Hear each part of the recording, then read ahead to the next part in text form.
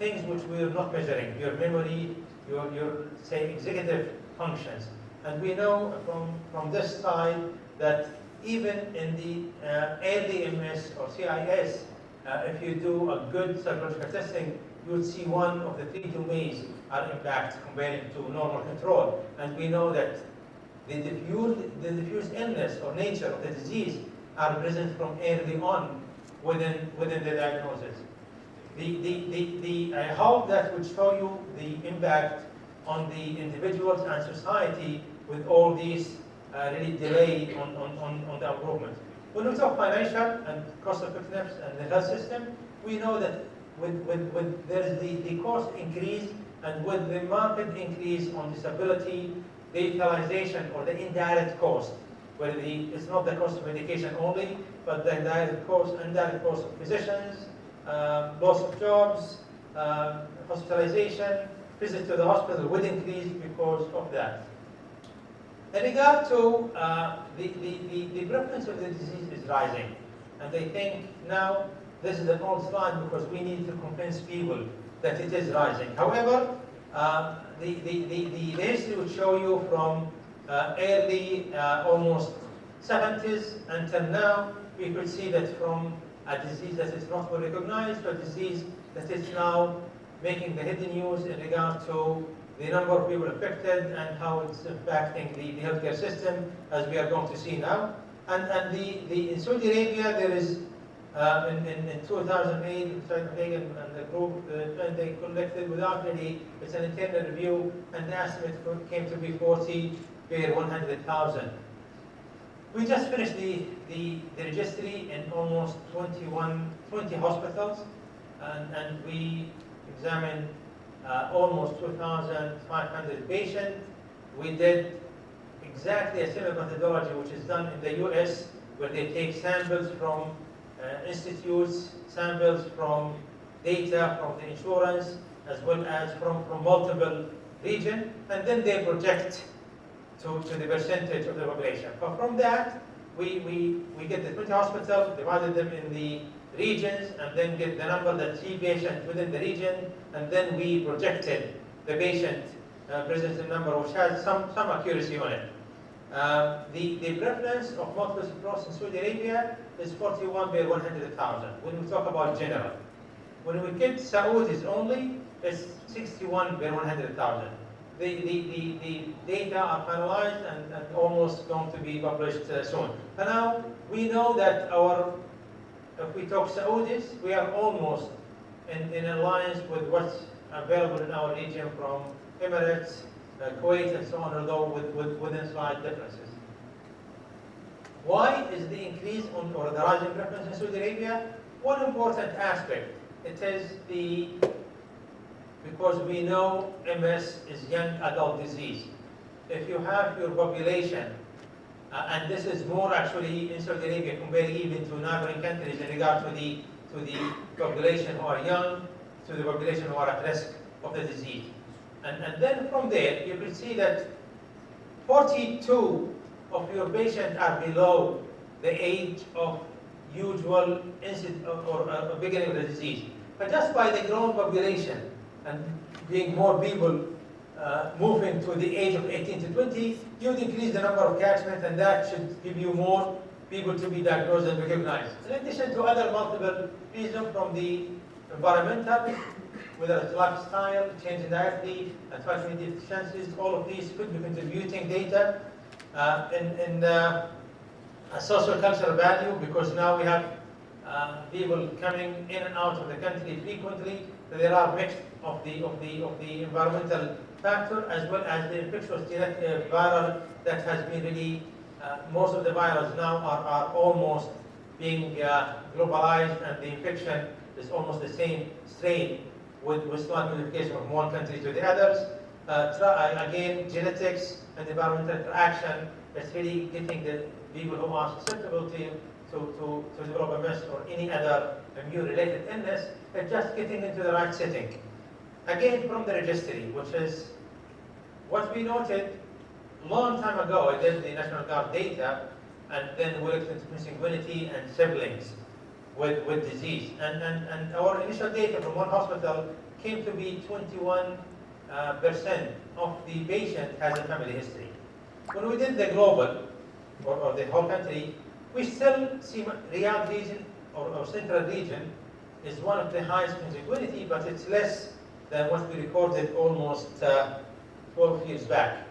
And generally in Saudi Arabia now, it's about 12.3% the consanguinity, from 21 to 3. So if we take the region which we did in, which is Riyadh, from almost 21 plus to 16, that indicates, yes, genetics has some component, but it's purely the environmental and environmental changes which usually give you the number. But from that, although it's a long shot conclusion, but if you're say a country with high consanguinity and multiple siblings, and you still see that percentage dropping with rising prevalence, the only conclusion which you come up with is that the environment has something to do. 2005, when we were planning the issues, and when we don't have number, we did Markov analysis. Markov analysis usually is a way to predict diseases. And you get your best data, which is available from population death, age, change in population, and then you put some assumption regarding prevalence. And then we took the prevalence at the time of the disease to be 30 by 100,000, and then projected 10 years to see where we go. But the projected data from that time, and I'm going to repeat this soon again to see where we stand, because we have now a better number to benchmark to. We came that in 2023, we expect the number of MS patients to be 17,000 patients. Currently, according to the 60 by 100,000, we are on the range of 12,500, between 12,000, 3,000, and 15,000 patients with multiple sclerosis, not all of them are treated.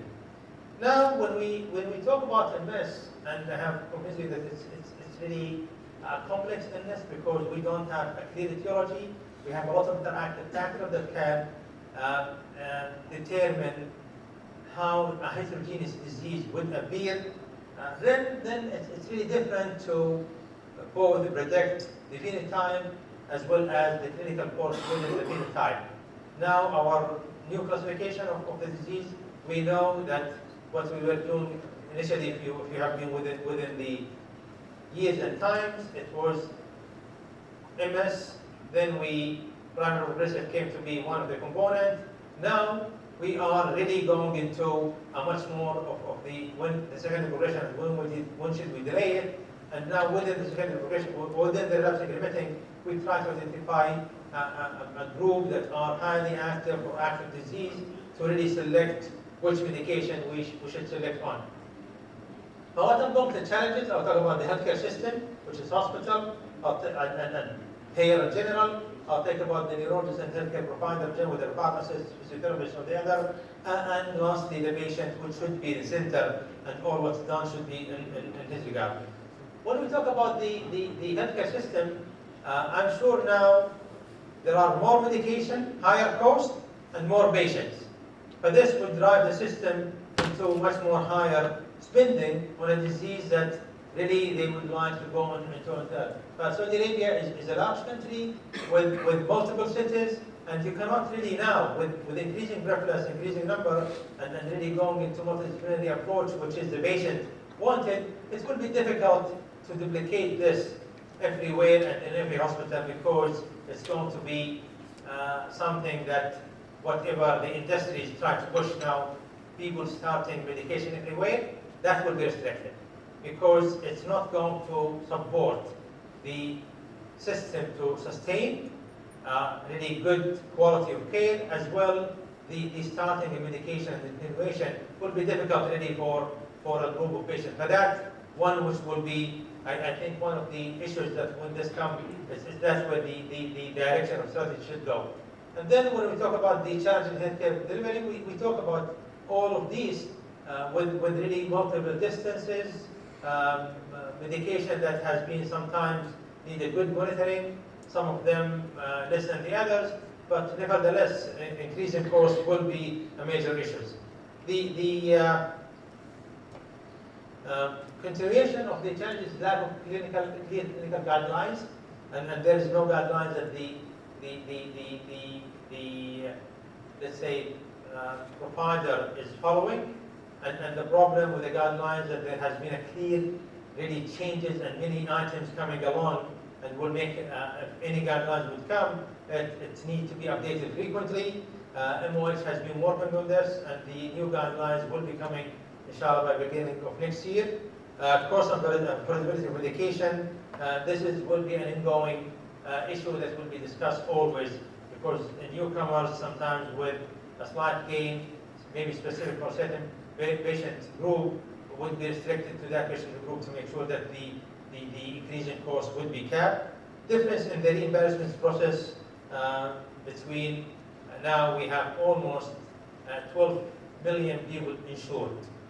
And within those 12 million people, majority are not really at high risk, but there are a good number of high risk. But there should be a policy as well, what the insurance company should cover without really changing the premium of the patient, and really not the patient will be paying whatever is doing now because he got the illness. Variation in service provision for people with MS, and that's something that when currently now 127 hospitals are providing care for MS patients. We don't have, you could still provide care, but sometimes you need to be linked to a center that supports you in making decisions sometimes, and the decision not mostly selecting medication, it's just when you should really be much more aggressive. When you should think that this patient is showing some indication that maybe he's going to the secondary progressive or much more aggressive phase, that we have to act early.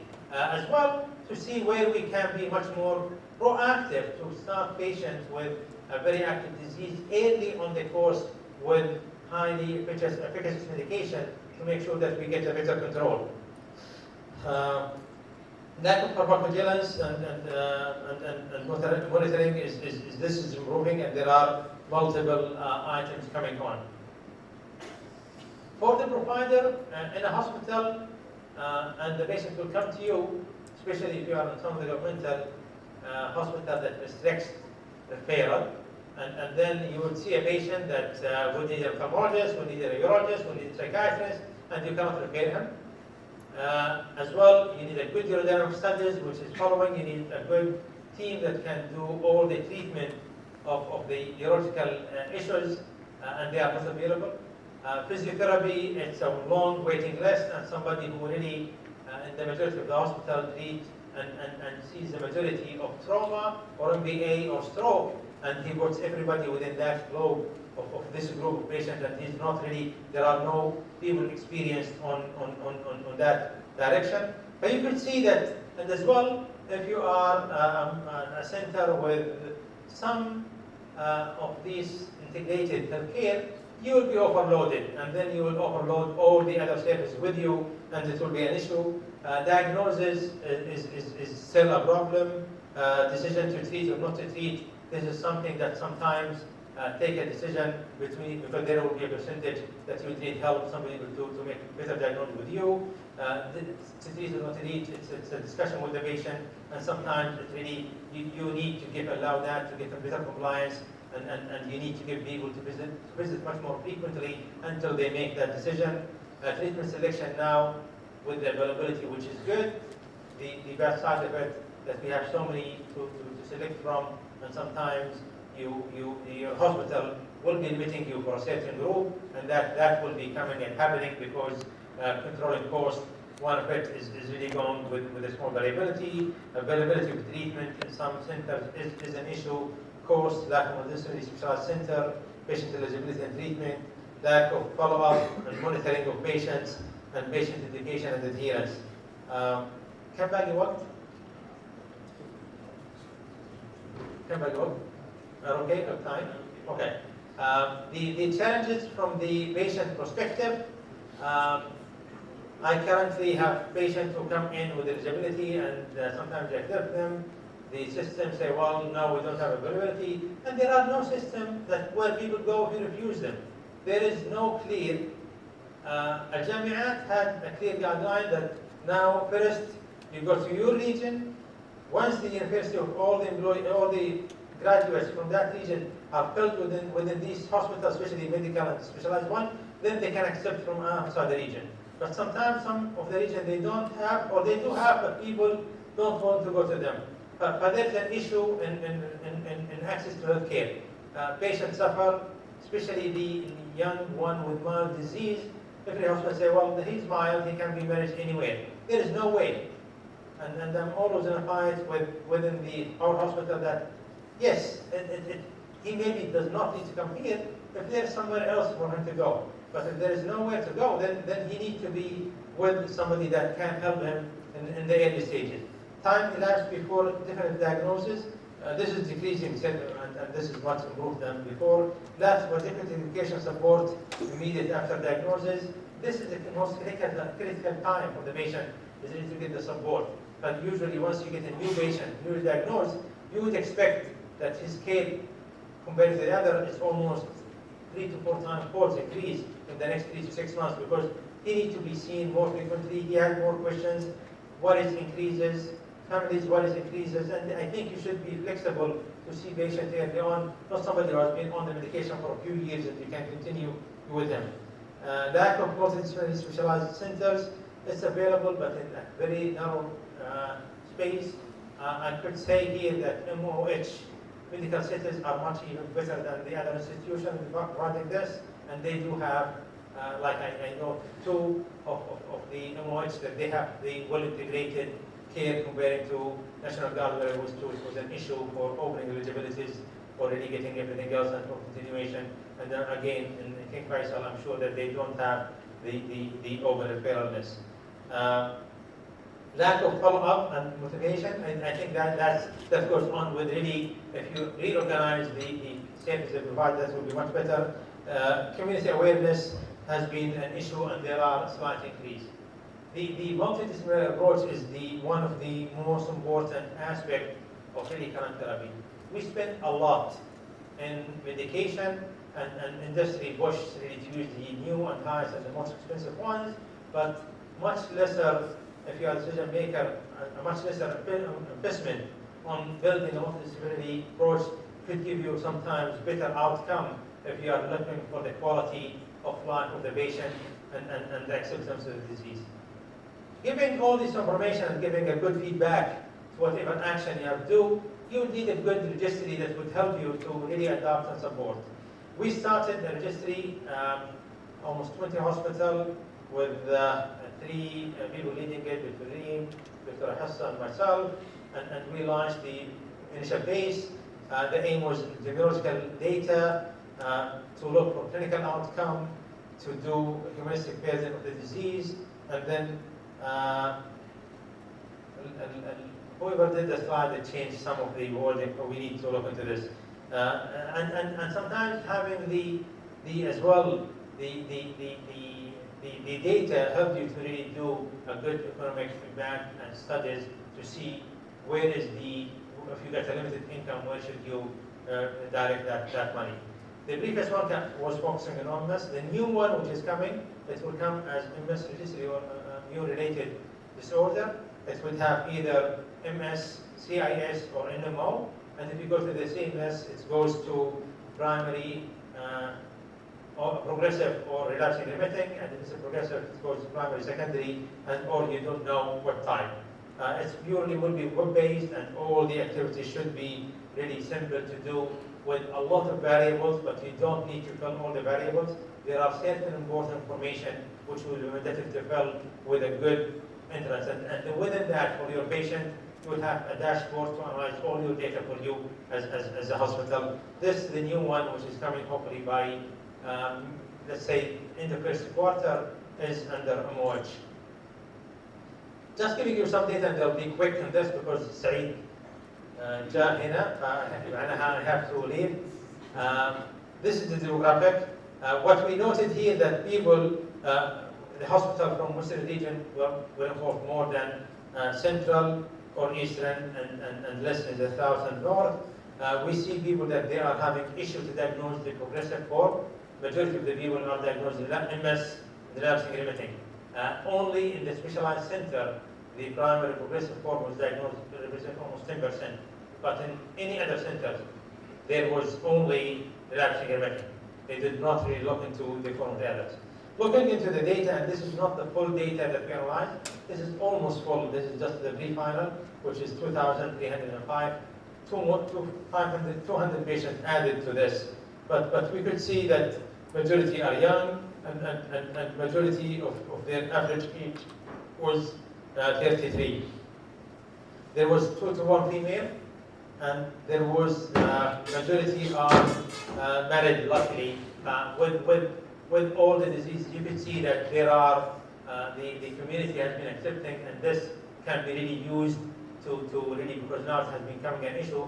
I think we'll always teach people that the majority, now we could say that from in Saudi Arabia, the people who are at marriage state, 60% of them are married, and happily with children, majority as well. But sometimes the data gives you as well to educate the patients who are in.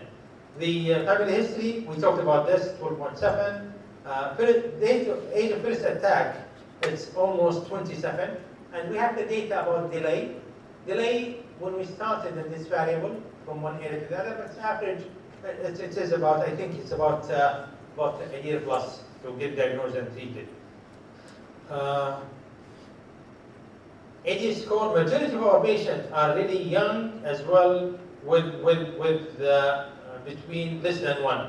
But if we go on, it's almost 1,500 of the patients are below 1, which is really good to indicate that we should do few percentage that are after 6.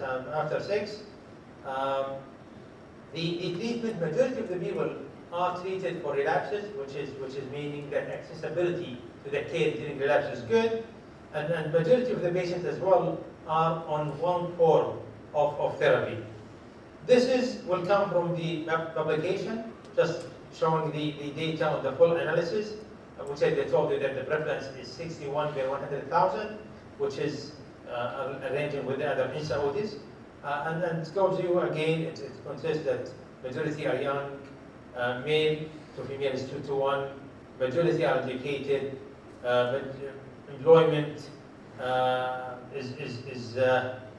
is good, 41. 50% of the patients are employed, and again the majority are married.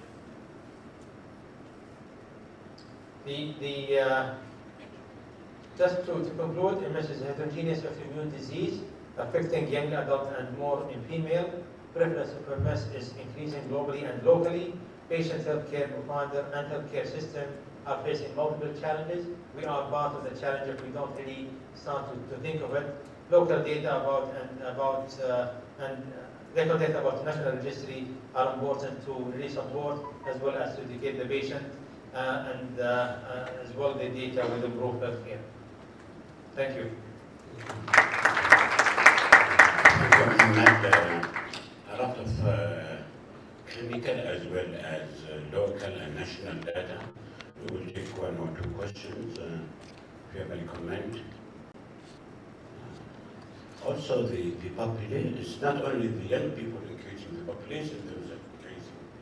And you know, MS is maybe disabling, but certainly not a very killing disease.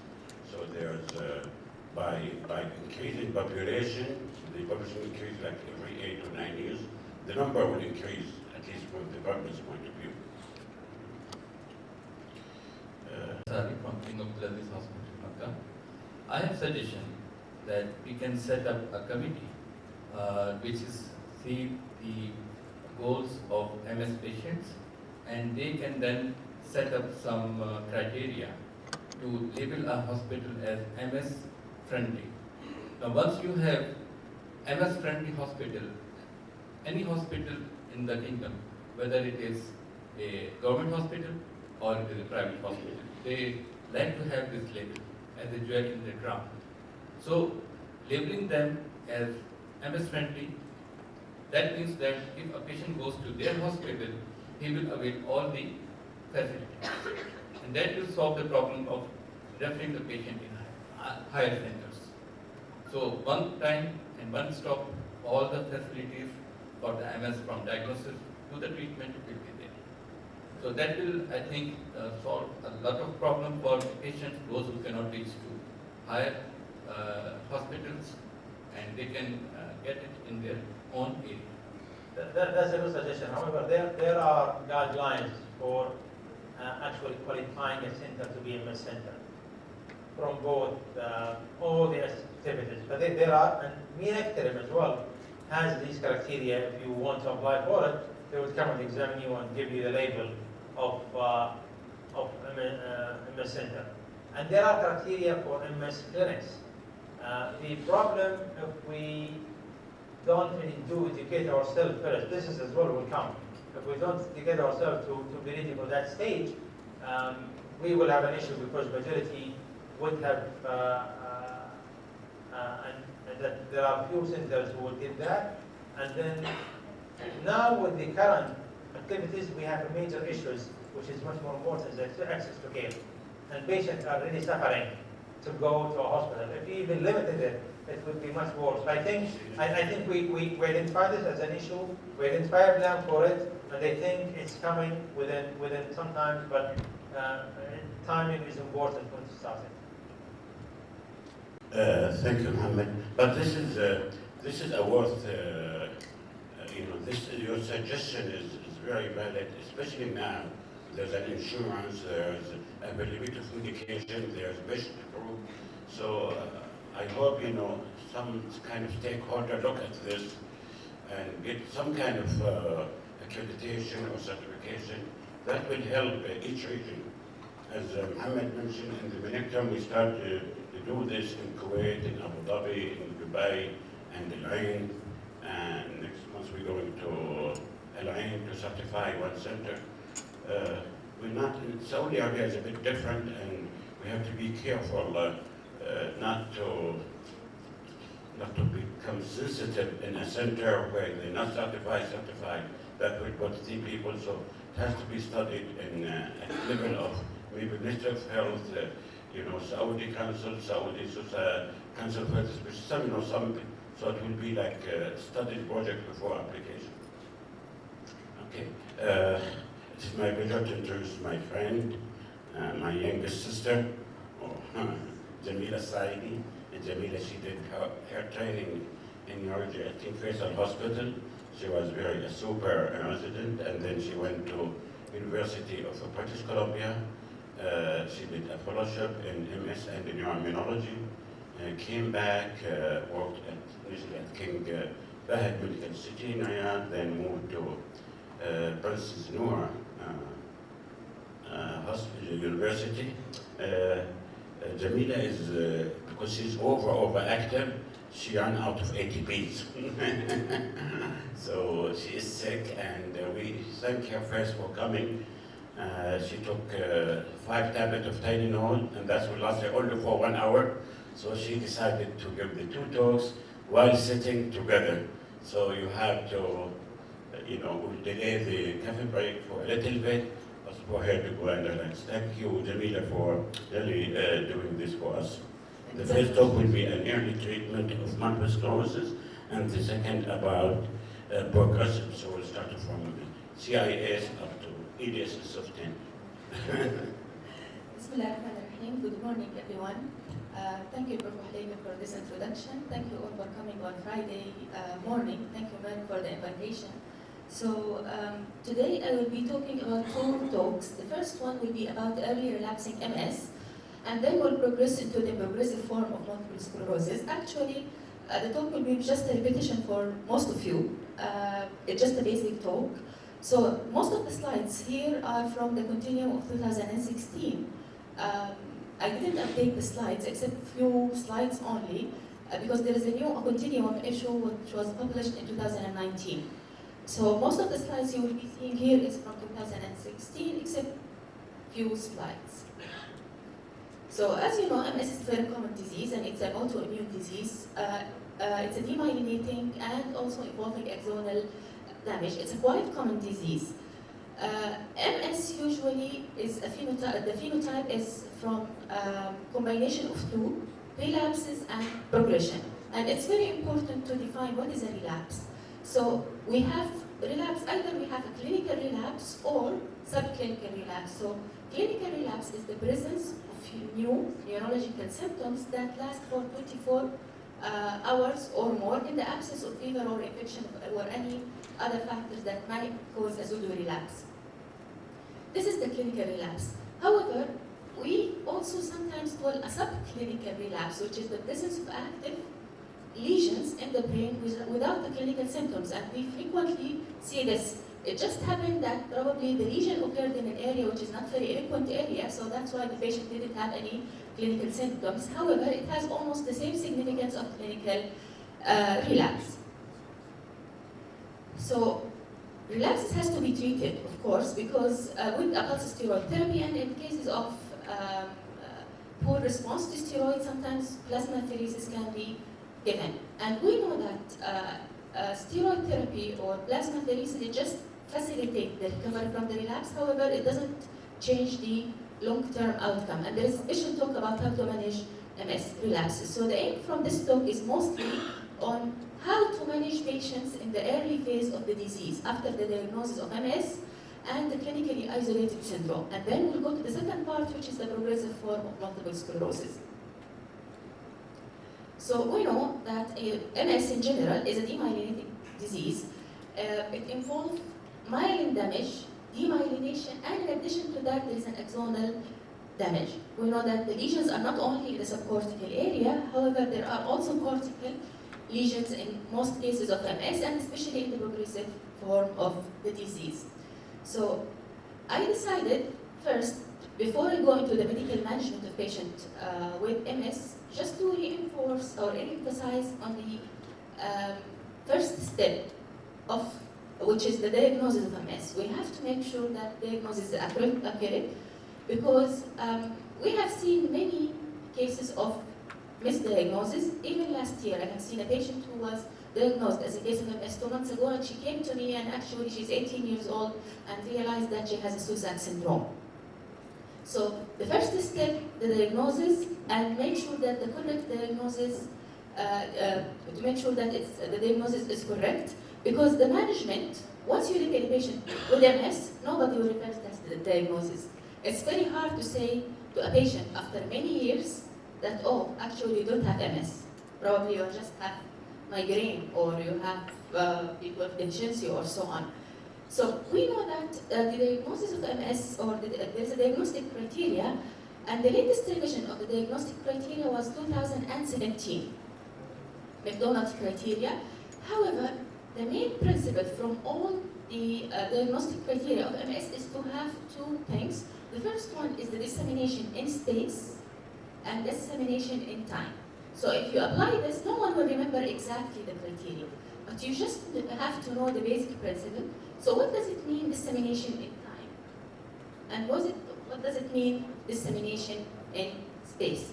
So dissemination in space can be demonstrated by the presence of one or more T2 lesions in areas which are characteristic of multiple sclerosis. And we know that there are 4 areas characteristic of MS, including periventricular. Periventricular, it means that it has to be touching the cortex, cortical lesions, and just juxtacortical lesions, which is touching the cortex or inside the cortex, infratentorial, such as a brainstem or cerebellar, and spinal cord lesions. So this is dissemination in space. So if you have one lesion or more in 2 of these locations, your patient will qualify for dissemination in space. The second is the dissemination in time. This can be demonstrated by actually 2 or 3 things. The first one, if you do a scan and you find enhancing and non-enhancing lesion at the same scan, this will mean that this patient has a dissemination in time. Why? Because the enhancing lesion is probably new. We know that the enhancement in MS usually lasts for 6 to 8 weeks maximum. And the non-enhancing lesion, it means that it happened prior to that. So you are sure that it happened at a different timing. The second way to establish dissemination in time is to repeat the scan, regardless of the timing. For example, you have a scan, and then you repeat another scan after 1 month, and you find a new lesion. So this means that the patient has a dissemination in time. And the third one which can substitute for dissemination in time, and this is the new update with the Donald criteria 2017, is you do a CSF analysis. So if you have a patient with dissemination in space, but not dissemination in time, you can do CSF analysis. If you found positive CSF oligoclonal band and negative in serum, this can substitute for dissemination in time, and you can call patient as case of definite multiple sclerosis.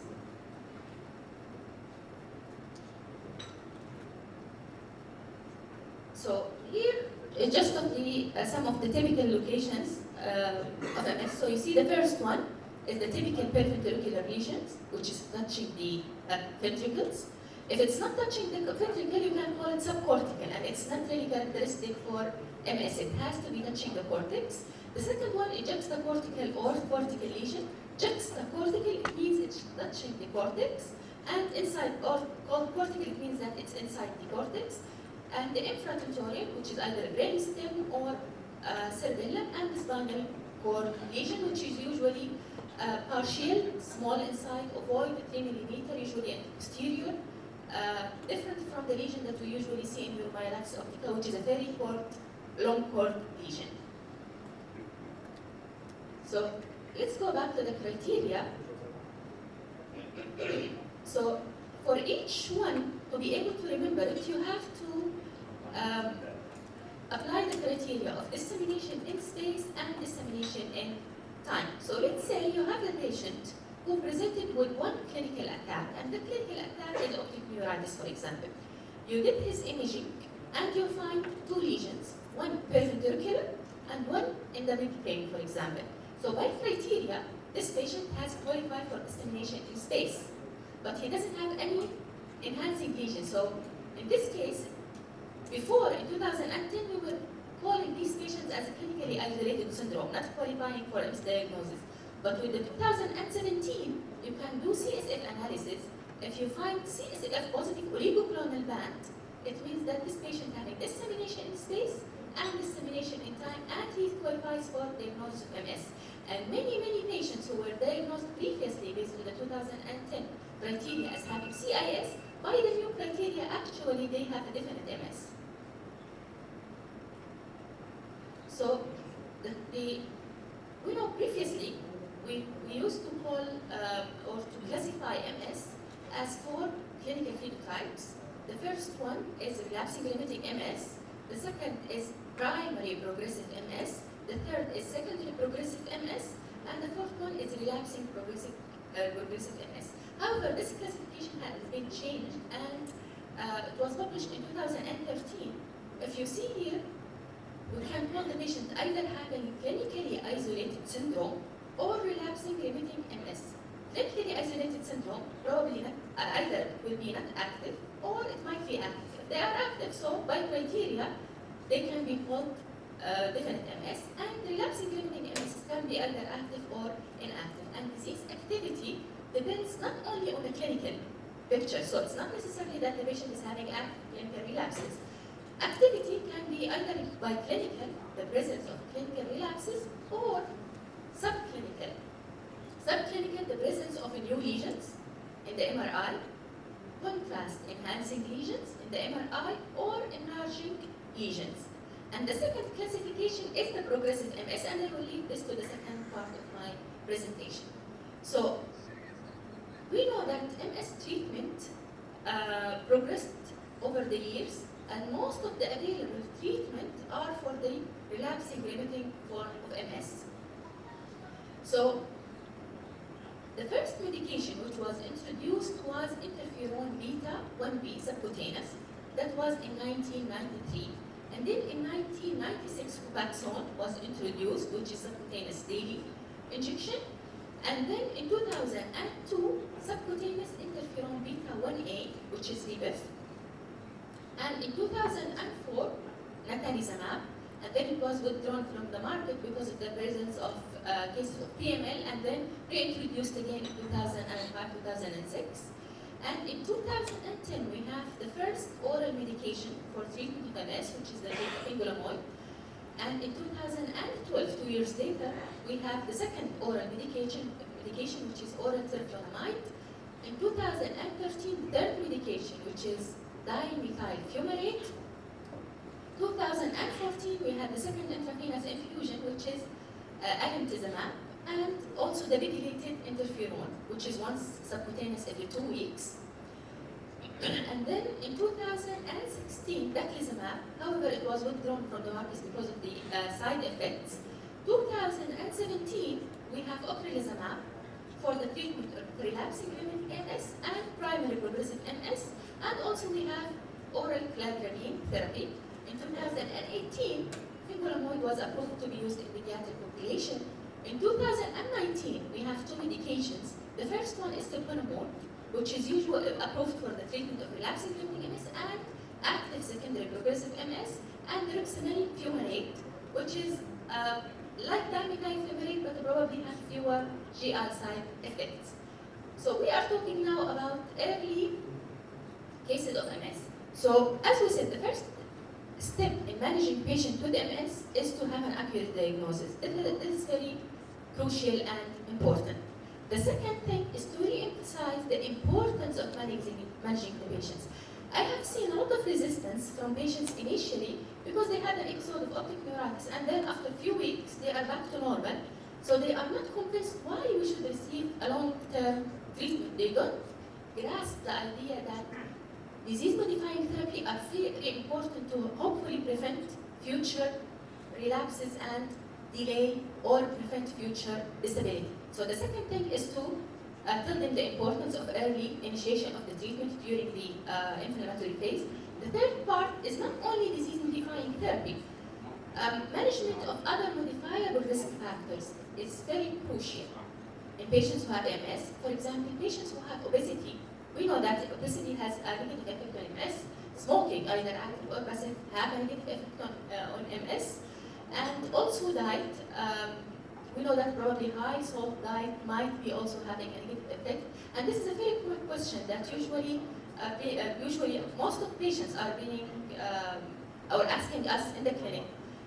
Can we eat normally, or do we have a special diet for us? So my answer is just a healthy, balanced diet. This is very important. As we said, obesity, vitamin D supplementation is very important. There are many studies suggesting that also patients who have clinically isolated syndrome and low level of vitamin D will have a quick, they will be converting to different MS. Also, even the gadolinium enhancing lesions are more in patients who have vitamin D deficiency. So usually, as a routine, I achieve vitamin D in all patients who are recently diagnosed with multiple sclerosis. And the fourth part is the decision of disease-modifying therapy. We are talking here about clinically isolated syndrome and patients who have early MS diagnosis. So patients who have a clinically isolated syndrome, it's very important to treat them. However, you have to look at the prognostic factors. For example, you have a patient with optic neuritis, normal brain MRI, positive oligoclonal band in the CSF. Will you treat the patient with completely normal MRI with no single lesion suggestive of MS?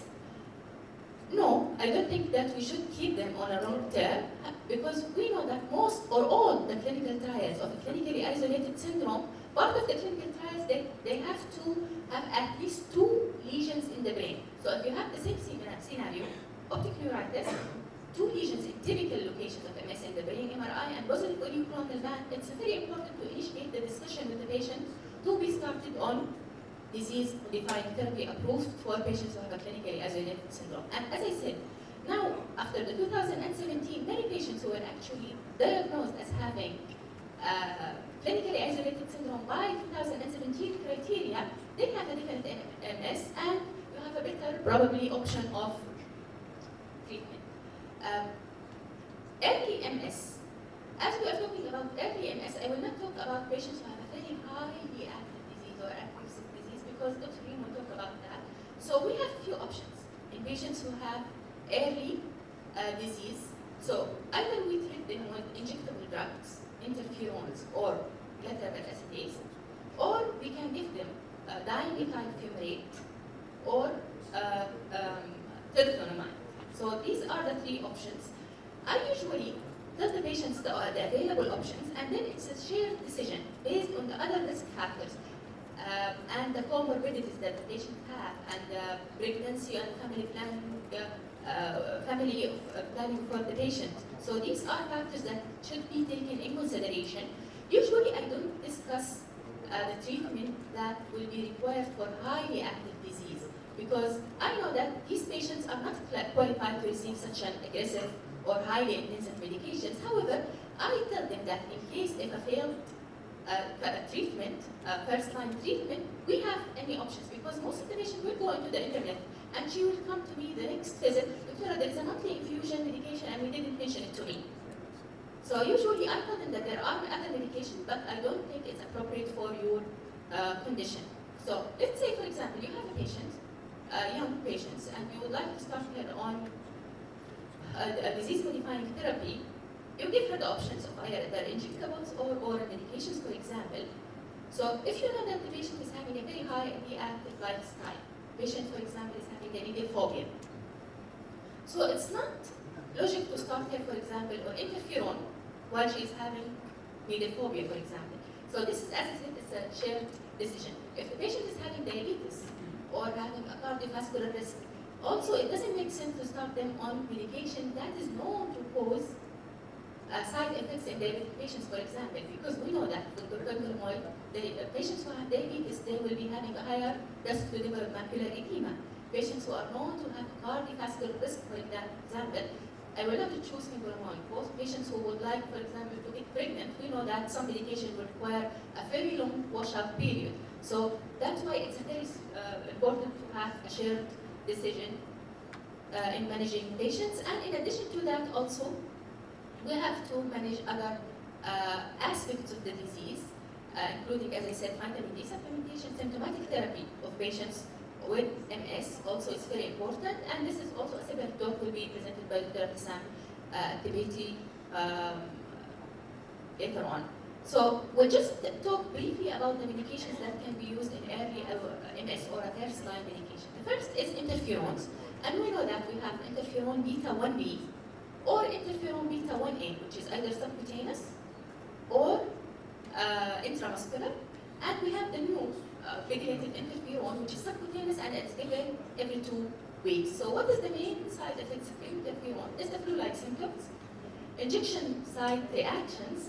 Some people, they will develop leukopenia, thyroid abnormalities, and liver function tests. So that's why it's very important to monitor their blood work. The second medication, which is teriflunomide. Teriflunomide is usually started gradually, which is from 120 milligram BID for 1 week, or even slower, until the maximum dose is good, which is 240 milligram BID. And the main side effects from teriflunomide, from dimethyl fumarate, is the flushes, GI side effects, such as diarrhea. So risk mitigation strategies are very crucial in starting patients with dimethyl fumarate. The third medication, which is teriflunomide. Teriflunomide, we know that it's usually it's given oral, and it's 14 milligram once daily. It stays in the system for a long time, even if you stop the treatment. It can stay from 8 months to 2 years. So that's why if the patient wants to get pregnant, for example, or you would like to switch from teriflunomide to other medication, make sure to make accelerated elimination, either by cholestyramine or activated charcoal, and within 11 days it can be washed out from the system. The main side effects from teriflunomide is the hair thinning. Usually it's not a complete alopecia, it's just the hair thinning, and usually transient. It usually lasts for a few months, and within after 6 months, usually the hair will be back to normal. In addition to that, you have to have a close monitor for liver function test, because of liver toxicity is also one of the known side effects. I will not talk about the other medications such as natalizumab, although it can be started sometimes early in the course of disease for patients who have highly active, and this is the doctor review, so I will not touch on that. So this is my first talk, and there are in the continuum, you will find some cases that can illustrate the management of patients with early multiple sclerosis and clinical isolation syndrome. So the second part is the progressive multiple sclerosis. If you remember, we said that the previous slides that MS is classified either relapsing remitting, primary progressive, secondary progressive, and relapsing remitting. But this has changed in 2013 And here is the new classification. So, you remember we said either clinically isolated syndrome, relapsing limiting MS, or progressive MS as a general. And each progressive MS is either active with progression, active but without progression, not active with progression, not active and without progression. So what does it mean active? Active means that the patient having activity either clinical or subclinical. Clinical by the presence of clinical relapses, and subclinical is by the presence of new lesions in the MRI, active lesions or enlarging T2 lesions. And the disease progression. This is a very tricky. Tell if the patient is really progressing from a single visit. You have to follow the patient and you have to have a confirmed disability progression, which is usually irreversible, and you have to put a time limit, either 3 months, 6 months, or 1 year. And how do we measure progression? First, by history. Usually, the patient will tell you that I feel progressing. Last year, I was able, for example, to walk for a certain distance. Now, I am not able to do that, for example. The second part is to do extended disability status scale. And we know that it's from 0 to 10. 0, the patient has no disability at all. 10 is death from the disease. 6 if the patient is using a cane or single unilateral assistance. 6.5 bilateral assistance, and 8 if the patient is using a wheelchair. And each one has what is called functional score. Functional score, it depends on your finding in the exam, for example. And you have, for example, pyramidal weakness if they have power of 4 and so on. So each one has a functional score, and based on the functional score, you can calculate the EDSS score. However, EDSS score doesn't capture everything. For example, cognition is not captured by EDSS. Hand dexterity is not captured by the EDSS. So we have what is called EDSS plus, which is commonly used in secondary progressive MS clinical trials. So it's EDSS in addition to time 25-foot walk. If you find worsening by more than 20% from the baseline, this is considered progression. And 9-hole big test, which tests the dexterity of the hand. And again, if you find progression of more than 20%, this is considered as a progression. So what is the clinical features of patient with MS? So a patient with progressive MS, they can have any neurological deficits as relapsing limiting MS. However, most commonly, patients with a progressive MS, they have symptoms of myopathy, motor weakness. They usually have a difficulty with walking impairment, some bladder symptoms. So that's why diagnosing a patient with progressive MS can be very challenging. You want to make sure that you are not missing something else, such as subacute combined degeneration of the cord, leukodystrophy, sarcoid, other things that can cause slow progression. Primary progressive MS, it means that the patient is progressing from the beginning. Secondary, it means that they started with their relapsing limiting course and then they progress to the secondary progressive phase. And some studies, natural studies, suggesting that patients who have a relapsing limiting MS after 15 or 20 years, majority of them were requiring again, and hopefully with the current treatment, this might be changed. So what is the treatment? And here, as I said, the last diagnostic criteria in MS is the 2017 McDonald criteria, and it's 2 parts. The first is the relapsing limiting part, and here is the primary progressive criteria. So to be able to diagnose a patient with primary progressive MS, you have to have a history of 1 year disability progression, either retrospective or you follow the patient for 1 year and you find progression, plus 2 of the following criteria. 1 or more T2 lesions in 1 or more of the typical locations of MS, which is perpendicular, cortical, subcortical, and infratentorial. 2 or more lesions in the spinal cord, and the presence of CSF or oligoclonal band. Personally, any patients with progressive MS, especially the primary progressive MS, I have to do lumbar puncture to make sure that they have positive oligoclonal band, because we don't have many treatment options for primary progressive MS, and you would like to make sure that they have primary progressive MS, not something else that can mimic primary progressive adrenal dystrophy, subacute chronic degeneration of the cord, and so on. Before, we didn't have any treatment for progressive MS. However, in 2017, the first medication, which is ocrelizumab, which is anti-CD20, a humanized monoclonal antibody approved for the treatment of patients who have a primary progressive multiple sclerosis. Either they were having active lesions or not active lesions. So I don't start each single patient on ocrelizumab who have primary progressive MS. So you have to think about the whole scenario. For example, 2 weeks ago or 3 weeks ago, I have seen a patient. She is in her 20, I think it was 25-year-old. She had a progression, neurological disability, walking impairment, imbalance, which started 2 years ago. Actually, she was so scared and she didn't seek medical advice. And then she came to me because she noticed that she is not able to walk very well. She is very ataxic. She's avoiding to go with her colleagues because she feels embarrassed by her gait.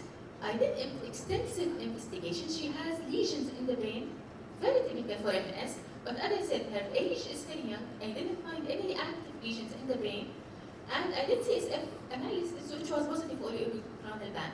So this case, even without the presence of active lesions, I give her the option to be treated with ocrelizumab. She is young. We have to do something about it because sometimes inflammation can occur even without the presence of active lesions in the brain. But let's say you have another scenario, for example, you have a 72-year-old female.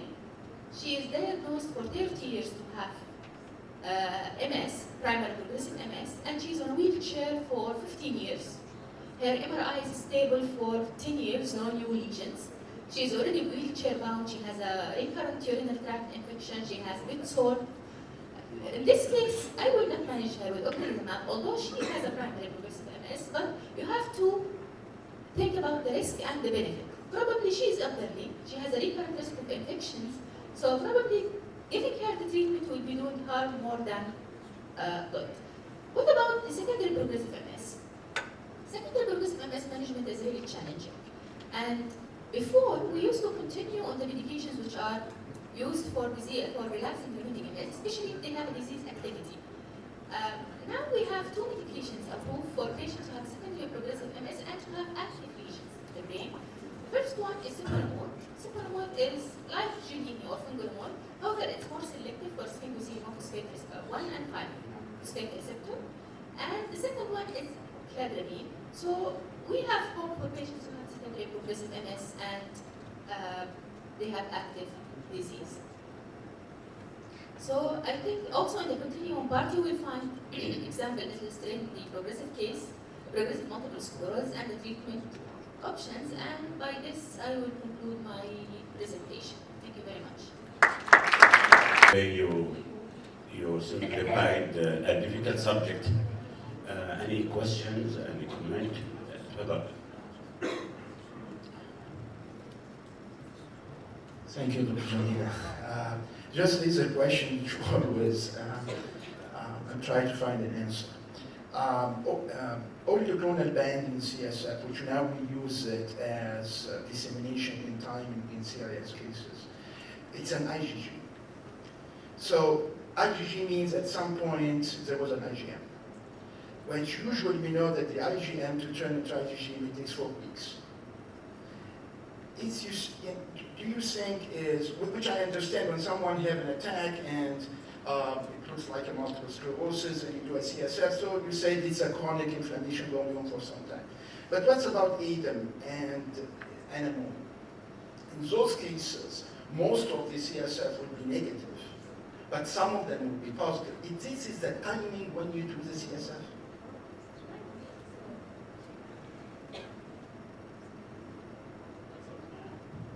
It's a really difficult question. You know that we are not doing a serial CSF analysis, so I'm not sure if it was, for example, negative and then it will be turning positive because CSF is an invasive procedure, so patients usually we do it only once. We know that it's written in the literature that patients who have Leionoid optica, for example, they have mostly negative oligochondral band. From my experience, all patients with neuromyelitis optica have a positive CSF oligoclonal band. So I don't rely only in CSF oligoclonal band.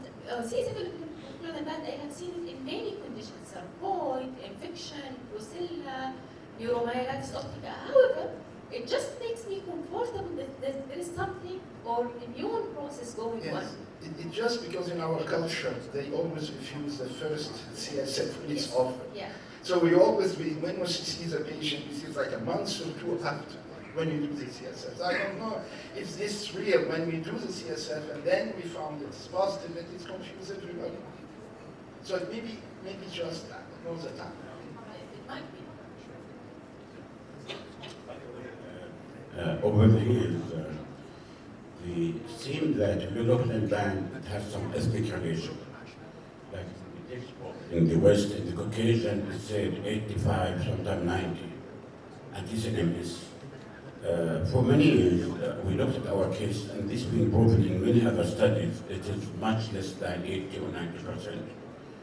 It is not like technical, because we checked this against, in our friend's lab. It is maybe between 40 to 50, and this has been published in Kuwait and other. And even in the Hong Kong and China is much less.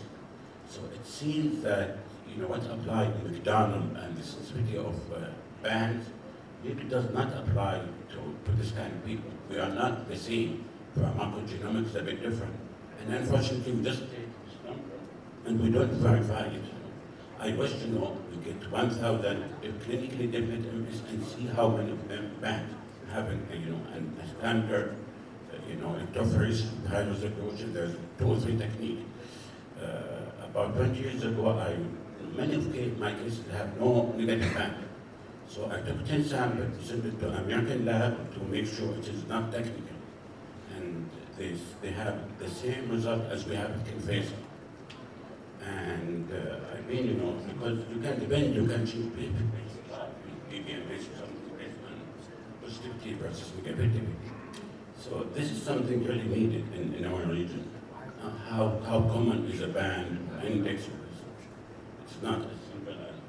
The other thing, as you mentioned, band can be maybe delayed. Maybe you do it now, maybe after you can put it. It's like laser.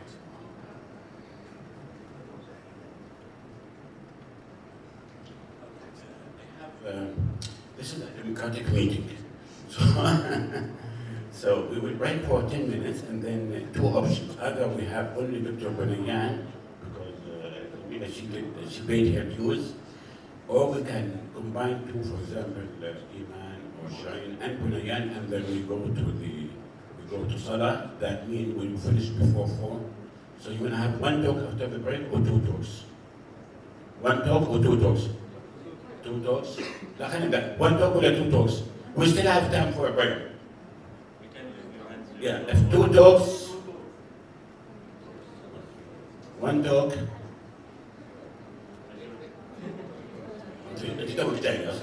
Okay, we'll go with the majority. Very democratic Saudi MS advisory group. لا في عشان. Oh, one more question. Sorry. Assalamu alaikum. I am Zaid Jundi from King Abdullah Medical City in Makkah. Many times when we receive new patients which we will diagnose as multiple sclerosis, we told them please go and read about the disease, and next visit we will discuss about your choices. As you know, our patient is Arabic. Is there any specific website contain a good component of all the management and all the available medication written in Arabic? So the patient, when we go and read, we give him this website and he will go and read, and we are sure he received a good message, not from Facebook or Twitter or experience of his friends. This is my question. So I always tell them, if you read, you have to read from a reliable source. MS Advisory Group website, they have a good information. So it's very important, as you said, to re-emphasize from where they read read the information about the disease, because I tell them that patients who go into the website and write on Twitter, Facebook, or Instagram, people who are really doing bad, people who are doing fine, they don't write anything. So please take the information from a reliable medical source, and if you have any questions, come back and ask me. And also, most of our population also are young university graduates, so also they have a basic knowledge of English, so they can read from the other website, not only the Saudi MS Advisory Group, they can go to the UK and the US, also a multiple sclerosis website. They have very good, reliable information. So this is, as you said, it's a very, very important and crucial information. The other point that I would like to re-emphasize, if you receive a patient diagnosed by somebody else as having MS, even if it was for a few years, please revise the diagnosis yourself. Because many times we find that patients don't have MS. I revise my own diagnosis. For example, I will give you an example. Now I am having a patient. She is a 28-year-old lady. I have seen her 7 months ago. She presented with typical optic neuritis, mild sensory transverse myelitis, short segment. She has very few lesions in the brain, and I diagnosed her as having MS. I started her on one of the first-line medications. However, 6 months later, she came to me and she said, the same eye that I had an optic neuritis, I am having some blurry vision. So I told her, probably this is a Zodi relapse. It's the same eye. We don't usually see a recurrence of the optic neuritis in the same eye, and it was very mild, spontaneously resolved within 2 days. And I told her most likely this is not an actual relapse. So she was due to repeat her image because she's already 6 months on the treatment. And luckily enough, I repeated her image. I found a very ugly, long optic nerve lesion. So by that time, I'm having trouble even in managing this patient currently because I don't know. It's a very bad enhancing lesion in the whole optic nerve. Clinically, she was fine. I sent her to the ophthalmology. They did optical coherence tomography, visual field, bedside exam. All was normal. Her symptoms completely resolved, but the MRI is not really typical for the lesion in the new lesion in the same optic nerve. Is not really typical for MS. So I was thinking, could it be neuromyelitis optica or could it be more disease, related disease with having recurrent? So I offered her to do lumbar puncture. I did lumbar puncture and she has positive oligoclonal band. So I told her, still, we can see positive oligoclonal band even in non-MS cases. And I already requested from the beginning at the time of diagnosis MMO, aquaporin 4, and when it was negative. I repeated again, and again it was negative. So I told her, better to choose a medication now. I prefer to change the first-line medication to another medication that I think probably, even if you have MS or you have other condition, MOB or NMO, it might work. So I selected to use ocrelizumab, which is available in my hospital as an anti-CD20. I gave her 1 dose. That was in the beginning of December. And she was due last Wednesday for the second dose. In between, she had a severe optic neuritis in the other eye. So you see, it's even a very, I told her, I was very frank, I don't know if you have MS or you have other conditions such as MOB or neuromyelitis optica. So I am telling you this story because even your own diagnosis can change. So be careful, don't take things as a guarantee, revise other people's diagnosis, revise your own diagnosis because sometimes things will evolve. Okay, the last comment. We'll do this after this. I think we, not only democracy, also we have dictatorship. You have only 10 minutes for break. So 10 minutes to reconvene again, we'll have 2 talks. And thank you for, thank again to come on time. It's 10 minutes. Second session. Now we'll go to more advanced aspect of MS management. It's my pleasure. And Dr. meridian, well known in the field of meridian in Saudi Arabia for a few years now. So we talk about an area we will not literally talk about, but I think it's coming very soon to be part of the classification. What is severe, what is highly active, what is aggressive multiple sclerosis. We will see if we can finish. We have to accommodate to talk or not, depending on the Belayan talk. Assalamu alaikum. Good morning, everyone, and welcome to the Learn MS event today. I would like to thank you for coming on Friday. Friday morning is Dr. Jamal mentioned in the beginning. Thank you for being here on your day of rest to make sure you learn and share some of your knowledge during the day. So my presentation will be very practical. And I have a few slides, not too many. And really the objective is to describe this category of patients that have severe, highly active or aggressive MS, and to speak about the treatment options. Just give you a broad sort of guide on how these patients would be treated. And I would love to hear from you about your experience with people that have this type of multiple sclerosis. Usually these patients are the ones that keep us awake at night. We think a lot about what to do with them and when to adjust their treatment. So, opening statement is the ability to predict disease course is imperfect. We oftentimes spend a lot of time during these presentations to speak about features of the disease that are associated with either a better outcome or a worse outcome.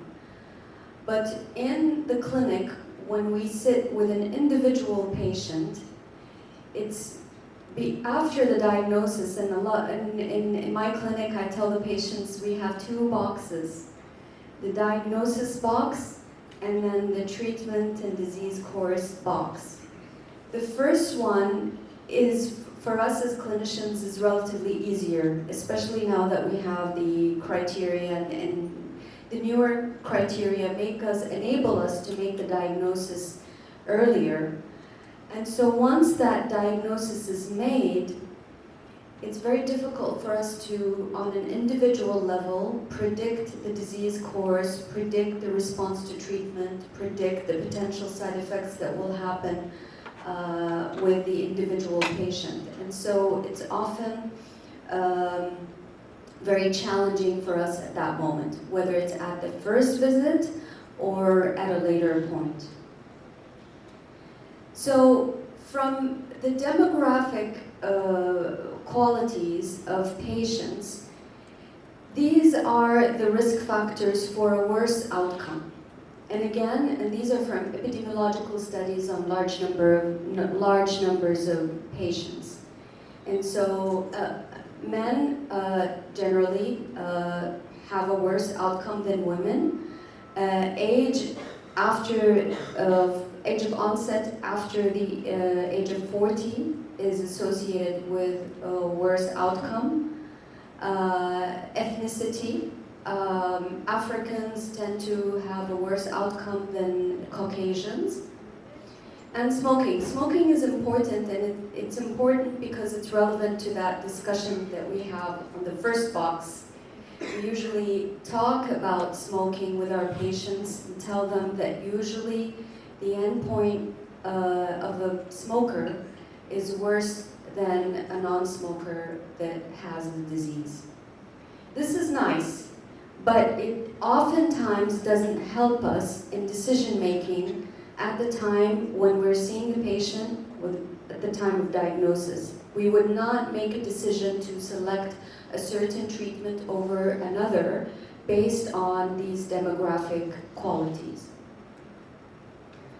The next is more interesting, the clinical and MRI features, because these sometimes, even at the subconscious level, affect the way we make decisions for our patients.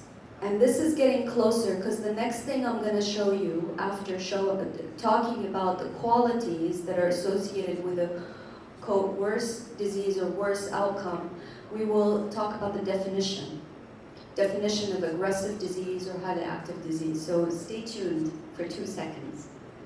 So clinical features of a disease that's more severe or more active or more aggressive are frequent relapses. And frequent relapses, and usually we're referring to the time the disease starts. And so more frequent relapses early in the disease is associated with a prediction that the disease course is going to be more active or more aggressive. And studies have looked at the first 2 years or first 3 years of the disease. Sometimes we see the patients after they've had 2 relapses in a very short period of time. 4 months or 6 months, they come to see us after having 2 attacks, and we already predict that their course is going to be more active, or typically more aggressive, more eager to make recommendations with regards to their treatment plan at the time of that first visit. Naturally, the two kind of go with each other, the shorter inter-relapse interval. And remember that, you know, the clinical setting is different from a research setting. And so, by definition, a relapse is a clinical episode that lasts for more than 24 hours, and then your cutoff is at 1 month. For multiple sclerosis, the cutoff is at 1 month. And so oftentimes, if a patient comes with, let's say, optic neuritis, and then within 2 weeks they have ataxia, we count it as 1 episode. But we've often seen patients that have really 2 episodes that are somehow separated from each other, but not with that 1 month duration in between. And oftentimes they fulfill the 1 month criteria. So they have an attack, and then 6 weeks later or 2 months later they would have another attack. And sometimes the attack is multifocal. And in adults, the multifocality of an attack is associated with a more aggressive disease activity. And some locations in the brain are also associated with a more severe disease course, more aggressive disease course, such as the brainstem, the cord. Now we put cognitive symptoms in there, but those are extremely difficult, and they're also extremely difficult in those studies that have looked at this, because as you heard earlier, the EDSS scoring system doesn't really capture that very nicely. And in the slide, when I say progression, it's not the same as what you heard from Dr. Jamila.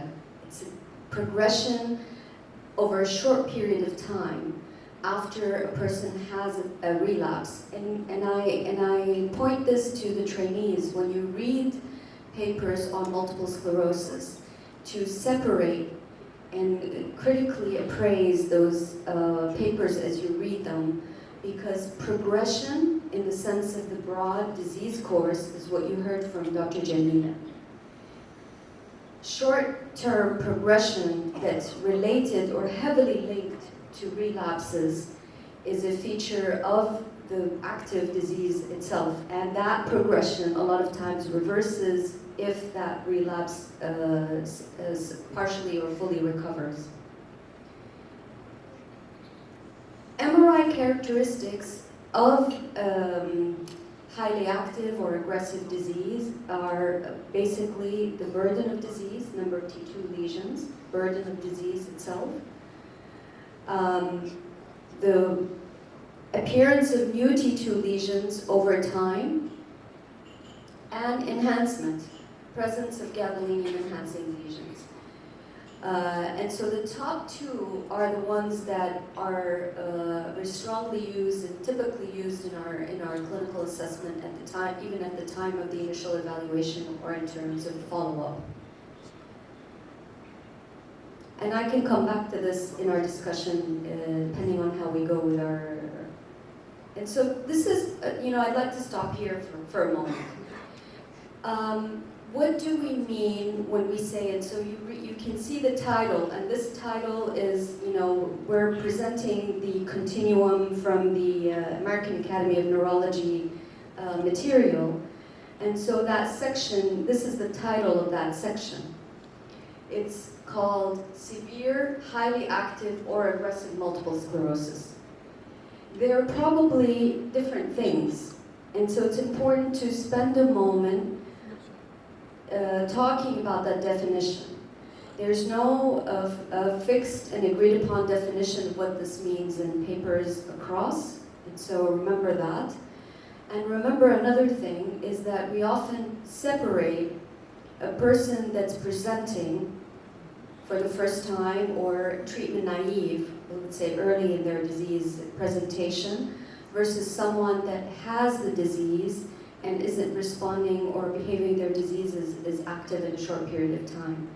And here, I'm giving you a sneak peek of some work that we did together with some national experts in multiple sclerosis in developing national guidelines for the diagnosis and treatment of multiple sclerosis. And we had a very interesting and productive activity where we discussed recommendations for what to do when a person presents, what diagnostic tests should be done, how should patients be treated, and we discussed special situations like children, pregnancy, and other. And so you'll be seeing that very soon.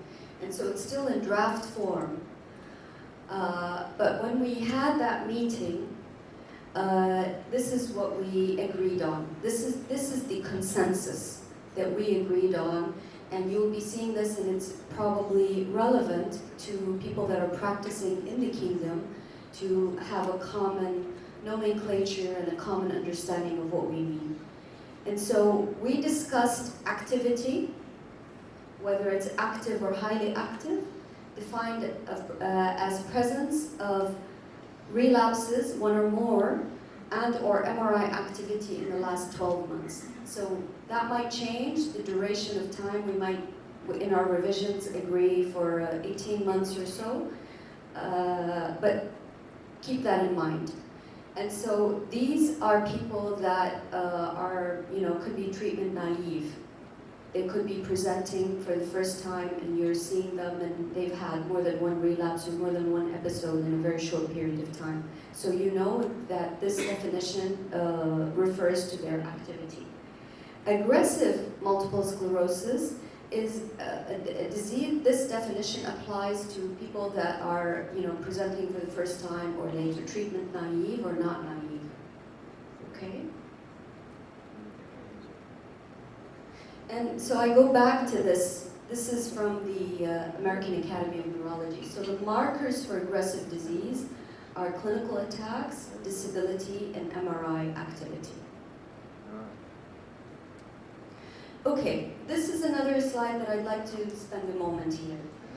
So we moved, we talked, the objectives is to describe what this category of patients are, and two is to talk about general guide on how to treat these patients. It's not very easy to treat them, but it's important to also know that there is no algorithm, a stepwise approach. You do this, if this fails, you go this, you do this. It's not like some of the oncology conditions or some of the other disorders where you have a stepwise progression through the options for treatment. And the main consideration when you're thinking about this is previous immunotherapy. And sometimes you would have other considerations, as you heard from the talk by Dr. Jamila, is in having that discussion with the patient to develop that personalized care plan. If there are specific, things that related to the person's preference or related to the person's profile from a health perspective. And so I bring you to this because I think it's a paper that's worth looking at and reading. This was published in 2018, Practice Guideline by the American Academy of Neurology. It's interesting to read because you will see that as we did in our national experience where we discussed questions that are relevant to our patient population, in this paper they address questions. It's not a practice guideline that takes you through the entire patient course, where how to do the diagnosis and how to treat every patient of every kind of category. One of the questions they discussed is, and I'll kind of go through this because I copied it for the purpose of going through this. So MS is a heterogeneous disease and is characterized by highly variable degrees of disease activity in the relapsing phase and by varying rates of worsening during the progressive phases. Definitions of highly active MS vary and can include measures of relapsing activity and MRI markers of disease activity, such as number of gadolinium-enhancing lesions. Subgroup analysis from phase 3 pivotal trials of alemtuzumab, fingolimod, and natalizumab showed reduction in relapse and MRI measures in these people. And so you can see the recommendation at the bottom. And so the recommendation has to do with taking these patients to these options even if they haven't had any other treatments before.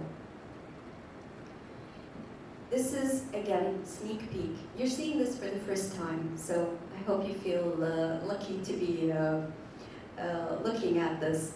And so the Saudi consensus is that these are treatments that we would recommend to use for patients with highly active or aggressive disease. And these are regardless of whether a person is treatment naive or not.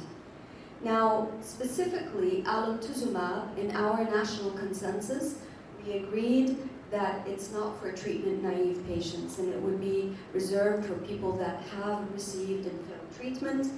And our national guidelines also include hematopoietic stem cell transplant as an option for these patients with aggressive disease. So in my talk for this morning, I did not include, because I went back and forth, and it's partly because I didn't put this together till late, was whether to go through a description of how to actually prescribe and what the side effect profile for each of these drugs would be. But I thought that to leave that element out and go through the rest of the material during the day, we can do some of this discussion at the end of the day.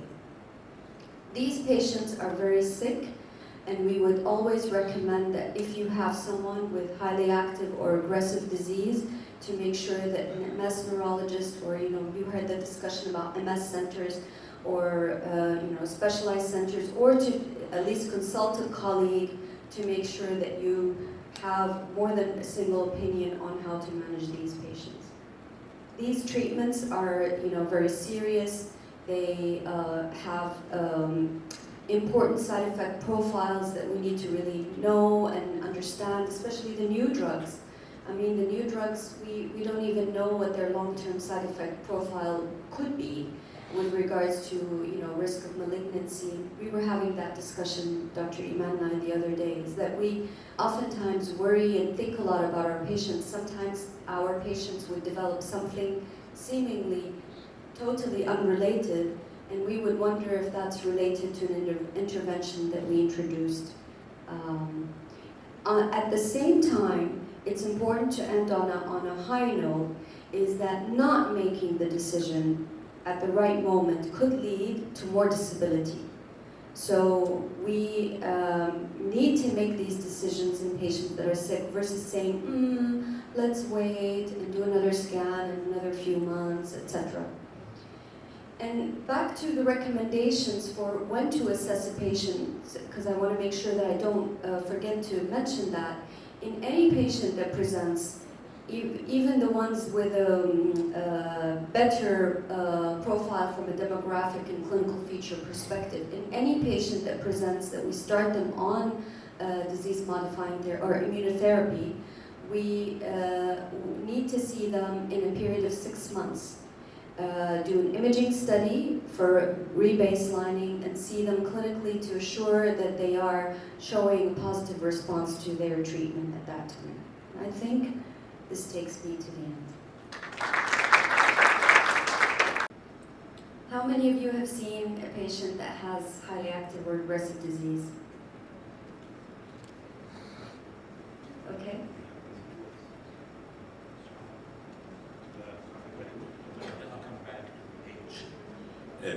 Generally speaking, from my practice, when you get somebody like pediatric age 13, it looks very aggressive by imaging, but clinically is not as aggressive as you think, and they respond quite well.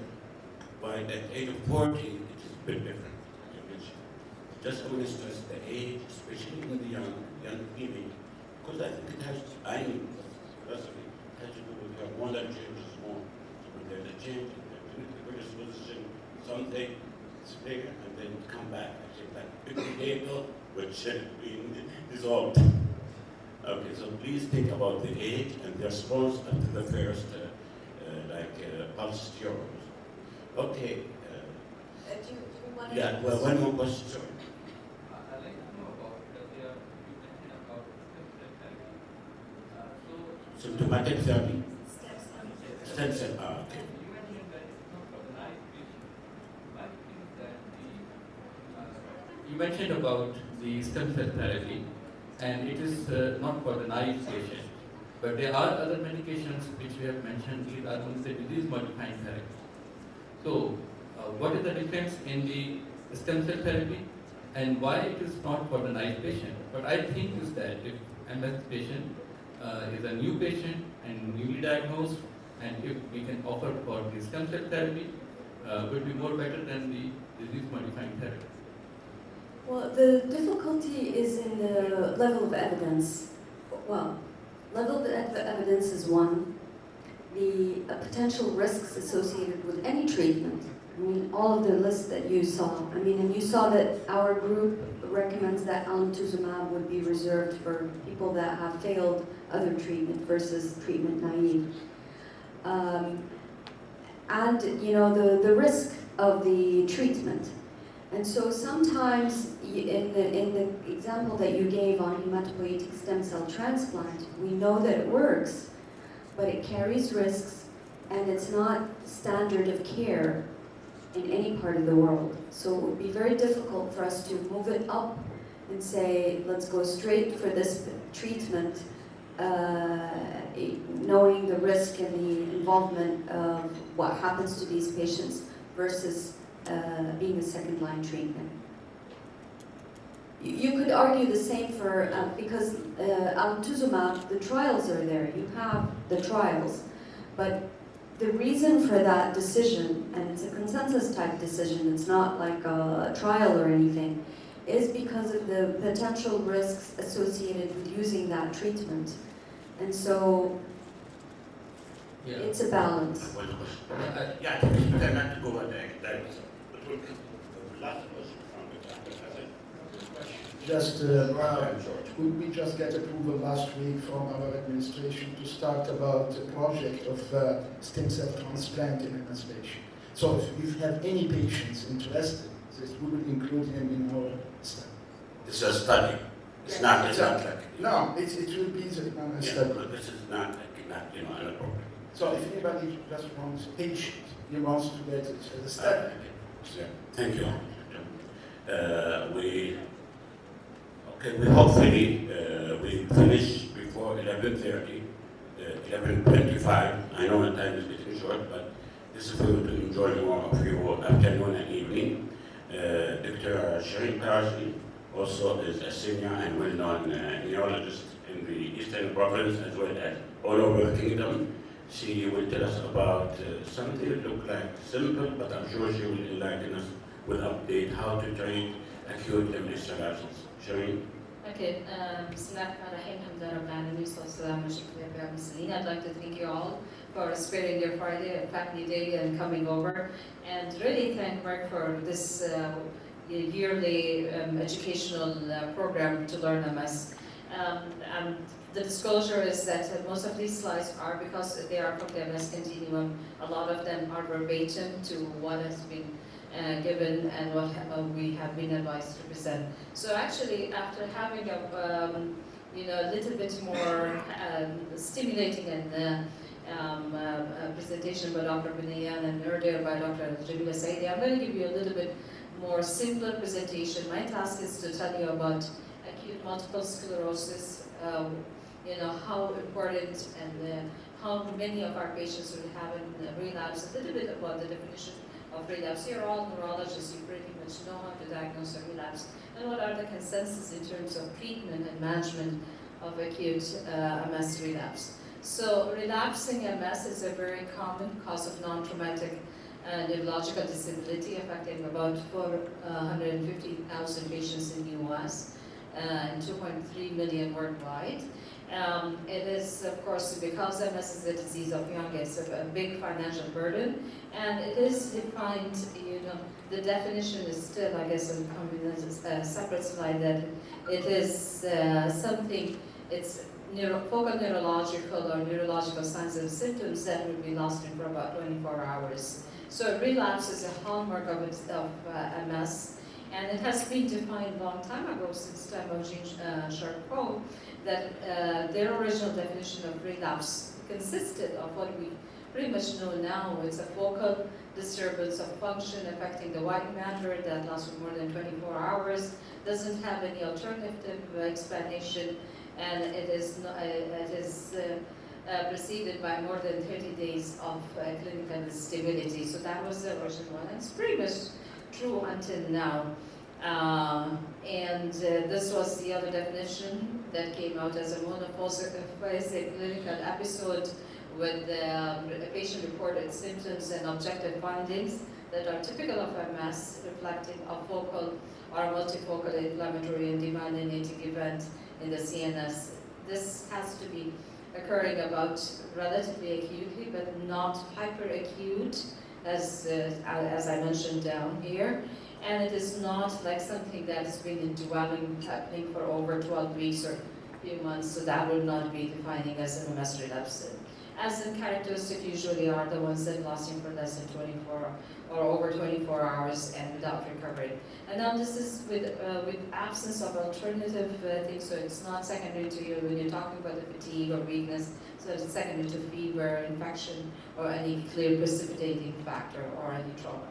Now this table from Continuum really tells you the common features of relapses. We've got the optic neuritis, which the characteristic one is the one here on the top, unilateral optic neuritis, pain behind the eye, with central blurring of the vision, and the disc is usually normal with mild disc swelling.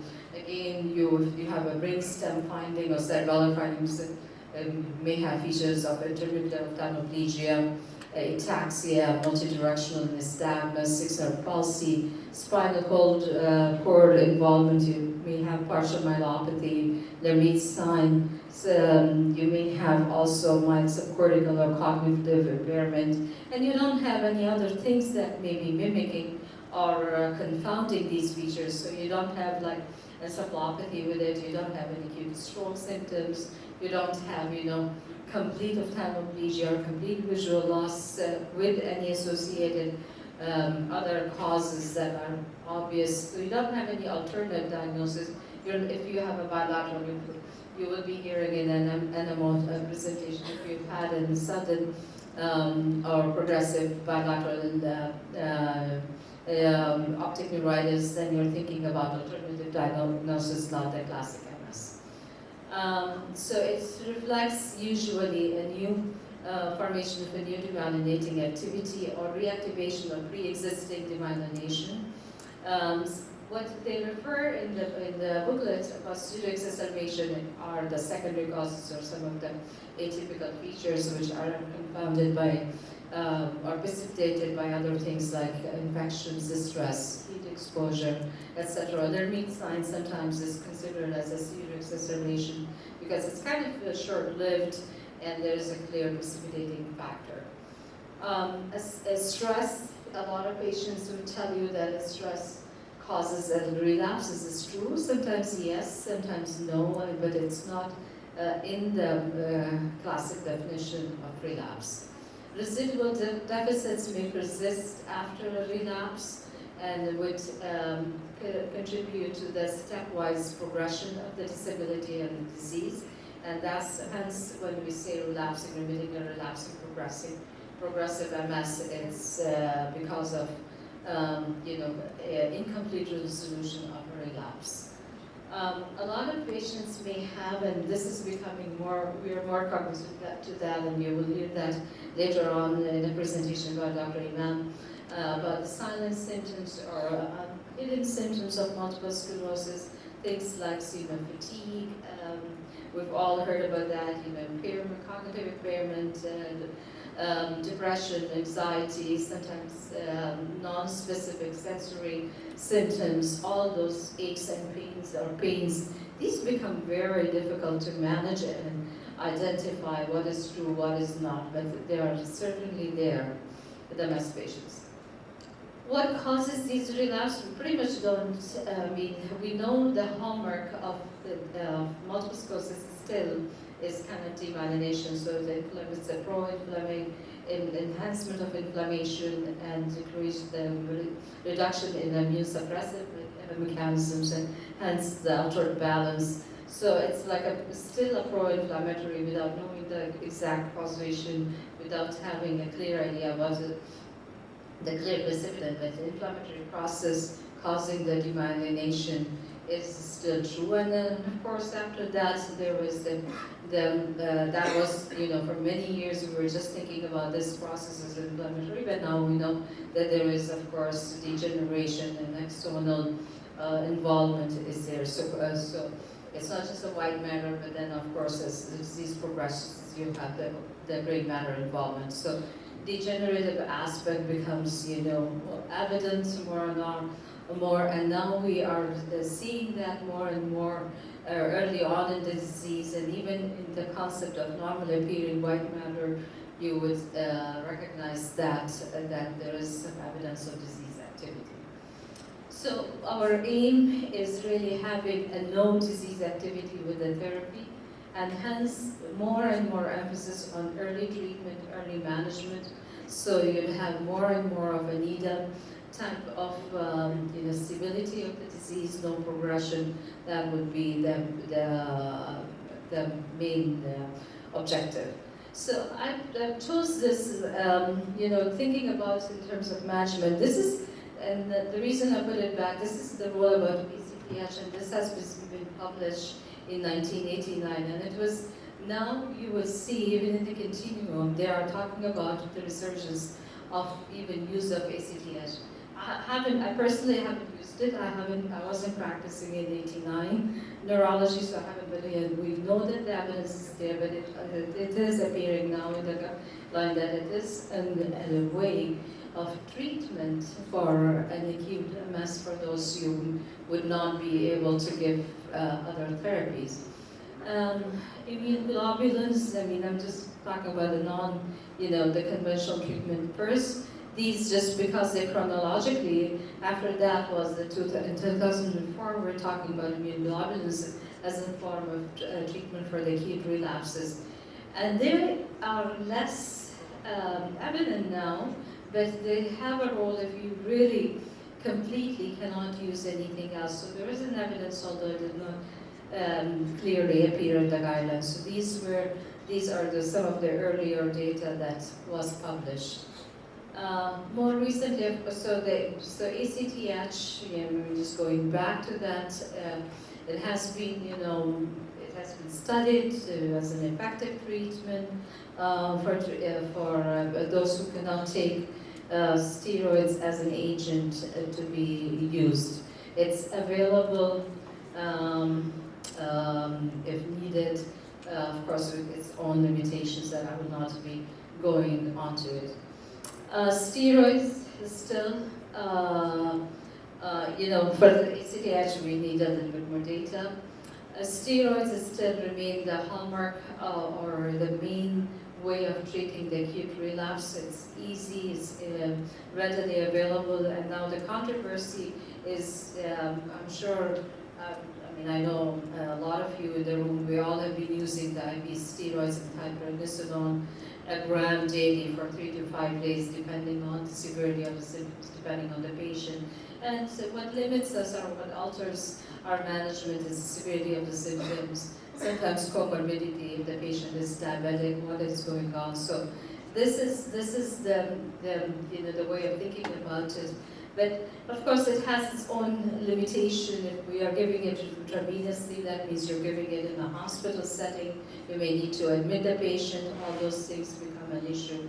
So hence, now they're thinking again if there's a resurgence about the oral corticosteroids in a high dose. Now, in the past, this has been studied. I mean, combining IV steroids and then following that with oral ones, there wasn't any significant benefit, and many people were giving just oral steroids, and that had its own limitations. So that is there, and I guess if you like to see these things in the form of an algorithm, this kind of summarizes it.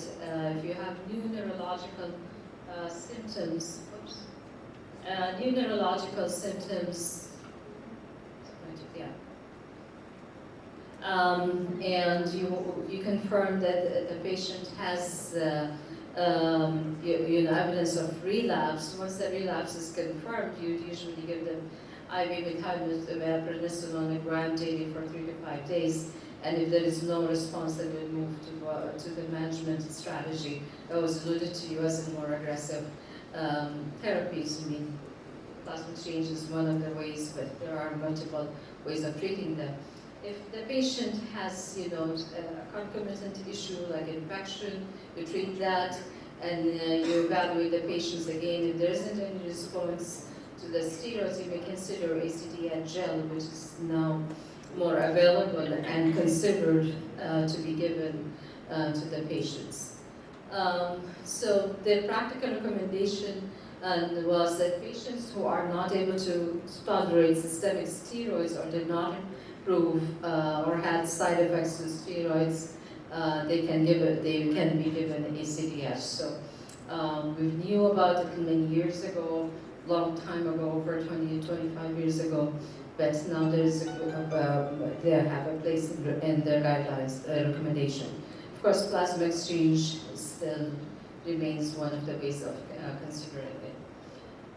Main side effects of steroids: flushing, insomnia, anxiety, agitation, GI pain, ingestion, nausea, vomiting, hypertension, hyperglycemia, hyperkalemia, edema, and metallic taste.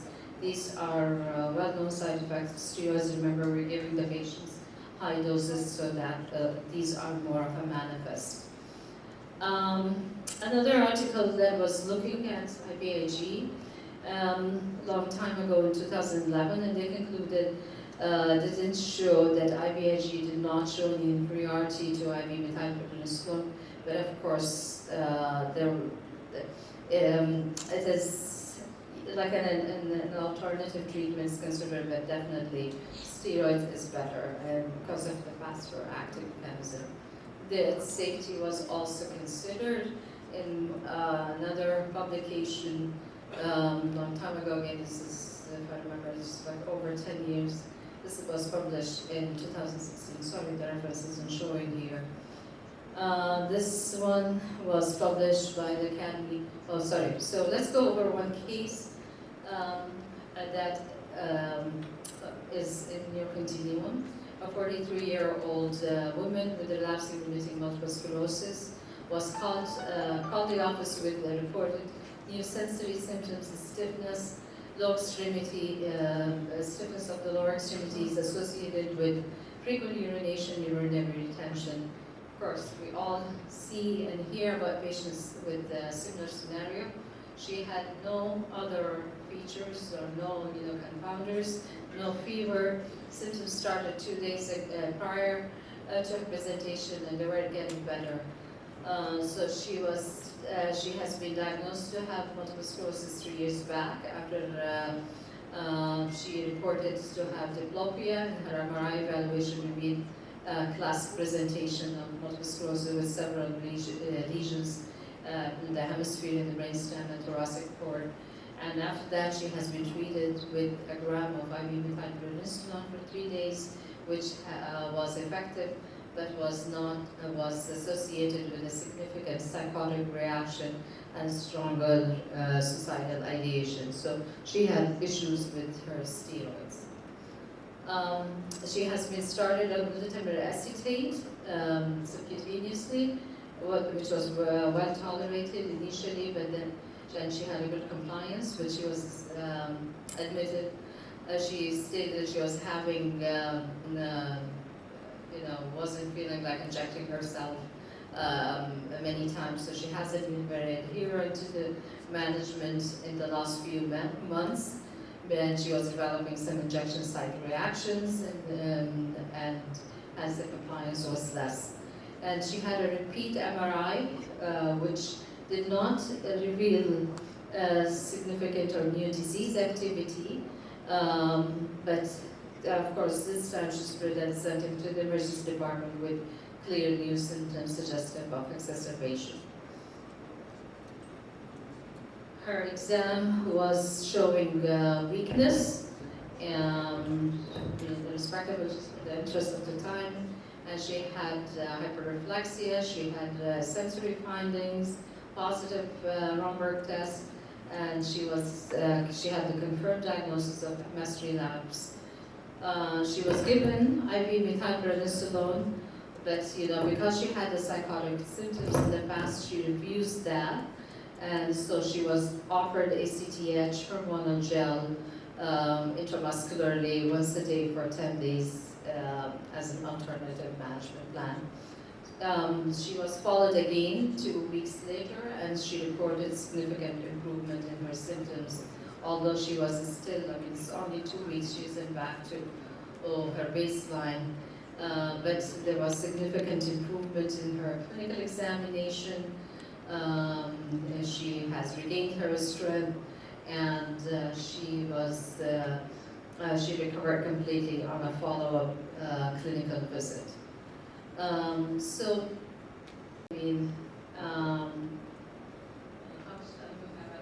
much time I'm afraid. Just as it is in the discussion of the cases, because I wrote this a lot, this raised several issues that the patient had. You have an acute MS exacerbation. You should have a strategy of treatment. We all, kind of a reflexively, we always give them steroids, but we have to listen to the patient. And some of them would not be, cannot be treated with the same first line of management. Because she had a reaction to steroids, and really, we sometimes take steroids as for granted, but really, if you see acute psychosis, you would know that you cannot really do that. We have to think about alternative therapy, and in this case, this being the ACTH. And if this isn't available, or if the patient has any other issues, then you can think about, things like plasma exchange, IVIG, those could be considered. I will probably, skip that, but of course, always after any exacerbation, you tell the patient they need to be compliant on their management. And remember that MS relapse is both clinical and radiological, and it's not just a radiological. And you need to discuss different disease-modifying therapy. So for this part of the acute relapse, you have a number of management strategies for the acute relapses, so that you will not have a significant progression in their EDSS. Thank you very much.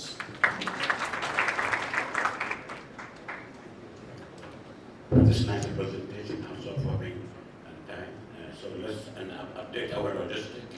We will go for lunch and prayer and lunch, and then we reconvene at 1 and 15, and then we can leave early and after. So let's reconvene again at 1:10, 1:15, and then we will finish maybe at 3:30. So we'll have 2 talk, break, and 2 talk.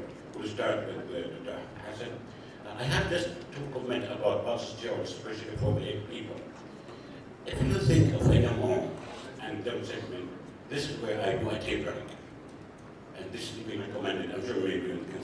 So this is, I always ask, do you need to taper or not? So I think if you think of, because you still have, inflammation, so please, if you think of myelopathy, Down segment, especially NMO and NMO spectrum, is that active. The other thing, the patient did not respond to the first pulse. I used to wait for 5-6 weeks. Now, I repulse it within 2 weeks.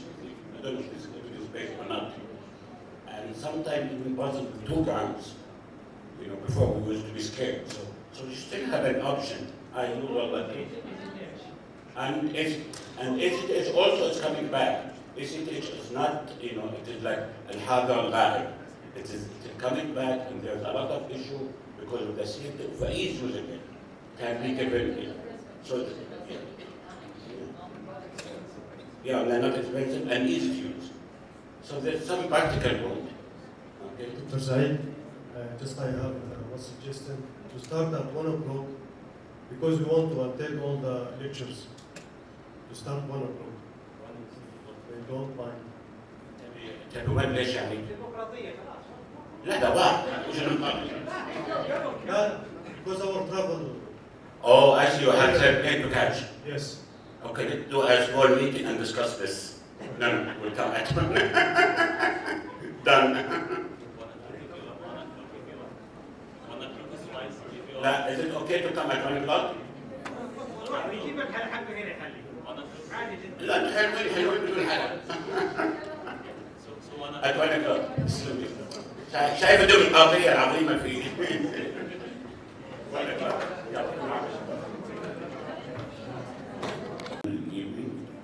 As we said, it's getting smaller in the afternoon, so we'll have 2 talks per session. In the first session, it will be actually very interesting. It's about NMO and NMO spectrum disorder, an area which for us, the old people used to call it endemic disease that doesn't exist here, and there's so many, change, so many things change over the last decade. Become a big entity of a lot of antibodies, and I think myself, I missed some cases before, if not many cases before, and we will get an update about pneumonitis optica and pneumonitis of the disorder, spectrum disorder, I should say. I'm glad to introduce Dr. Ahmed Hassan, who is somebody knows from King Faisal Hospital, Jeddah. He is known to most of us. He loved and he interested in all magnetic disorder as well as other vascular disorder.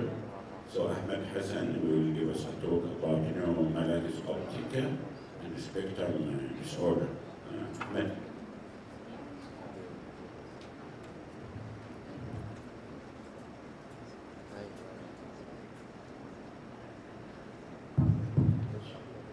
Assalamu alaikum, shukran Dr. Saeed. I'm just, this is very exciting talk about the neuromyelitis optica. These are, definite or spectrum disorder. I think, it needs even more than half an hour to discuss it. But just let's start. The neuromyelitis optica spectrum disorder, first of all, it's a worldwide, so it's a little bit different than MS, which is related to some geographic area or something, so you can see it worldwide. Very rare to find familiar cases, so it's not like even MS, even it's small numbers that you have cases, familiar cases in MS, even NMO is even less. Predominantly affect women as MS, but in some kind of spectrum disorder, NMO, it's more in male, especially with a MOG antibody. This is more in male. Onset is usually late than MS, so it's in the 30s. But you can see it in children and you can see it in elderly. So there is cases up to 80-year-old cases diagnosed with definite MS, NMO or seropositive NMO. And we call it, some good terminology sometimes use they call it astrocytopathy or oligodendrocytopathy, meaning that the antibody is always attack the cell, not the myelin. The cells which are involved in the myelin formation or myelin regulation, astrocyte or the oligodendrocytes. This is the current, what I will say in the next 3 slides, is a current diagnosis about the animal by the international panel. There is something called the core clinical feature of animal spectrum disorder. So, 1, optic neuritis, acute myelitis, area postrema syndrome, brainstem syndrome acute, symptomatic narcolepsy, acute diencephalic clinical syndrome, and symptomatic cerebral syndrome. So those are called the core clinical features, because they are very important. Now we will see. For animal with positive aquaporin, so if we test a patient that we found that he has aquaporin 4 antibody positive, you need only 1 core clinical characteristic. So from this 7 cores, you need only 1. Either optic neuritis, myelitis, area postrema, brainstem, narcolepsy, diencephalic clinical syndrome, or cerebral syndrome. And you exclude, of course, the alternative diagnosis. This is, you will find it in everywhere. But in case that you test and you found that negative aquaporin 4, so then something about the initial, sometimes you have to repeat the aquaporin 4, but with negative aquaporin 4, or for you unknown, you don't know, you need at least 2 core clinical characteristics. So now I need 2 with a negative. One of the 2 has to be either optic neuritis or longitudinal extended transverse myelitis, long segment transverse myelitis, or area postrema syndrome. So you need 2 out of the 3. You need at least 1 from the 3 plus another 1, or 2 from the 3. And MRI suggestive of animal. So this is very important because in this case, MRI is very important in your diagnosis for animal spectrum disorder with negative aquaporin. So again, negative aquaporin, you need 2 core. One of them has to be optic neuritis, transverse myelitis, or area postrema syndrome, plus MRI suggestive of animal. What we're looking for the MRI? Non-specific white matter disease, so not the typical for us. Not that one's on finger, not perpendicular, not non-specific white matter disease. Long segment optic neuritis. So if the enhancement involves more, or the T2 signal involves more than half of the optic nerve, is very suggestive of animal spectrum disorder. Involvement of the optic chiasm on MRI. Long segment transverse myelitis, it's well known, more than 3 vertebral segments, or that 3 vertebral segment, which is the long, is called atrophy.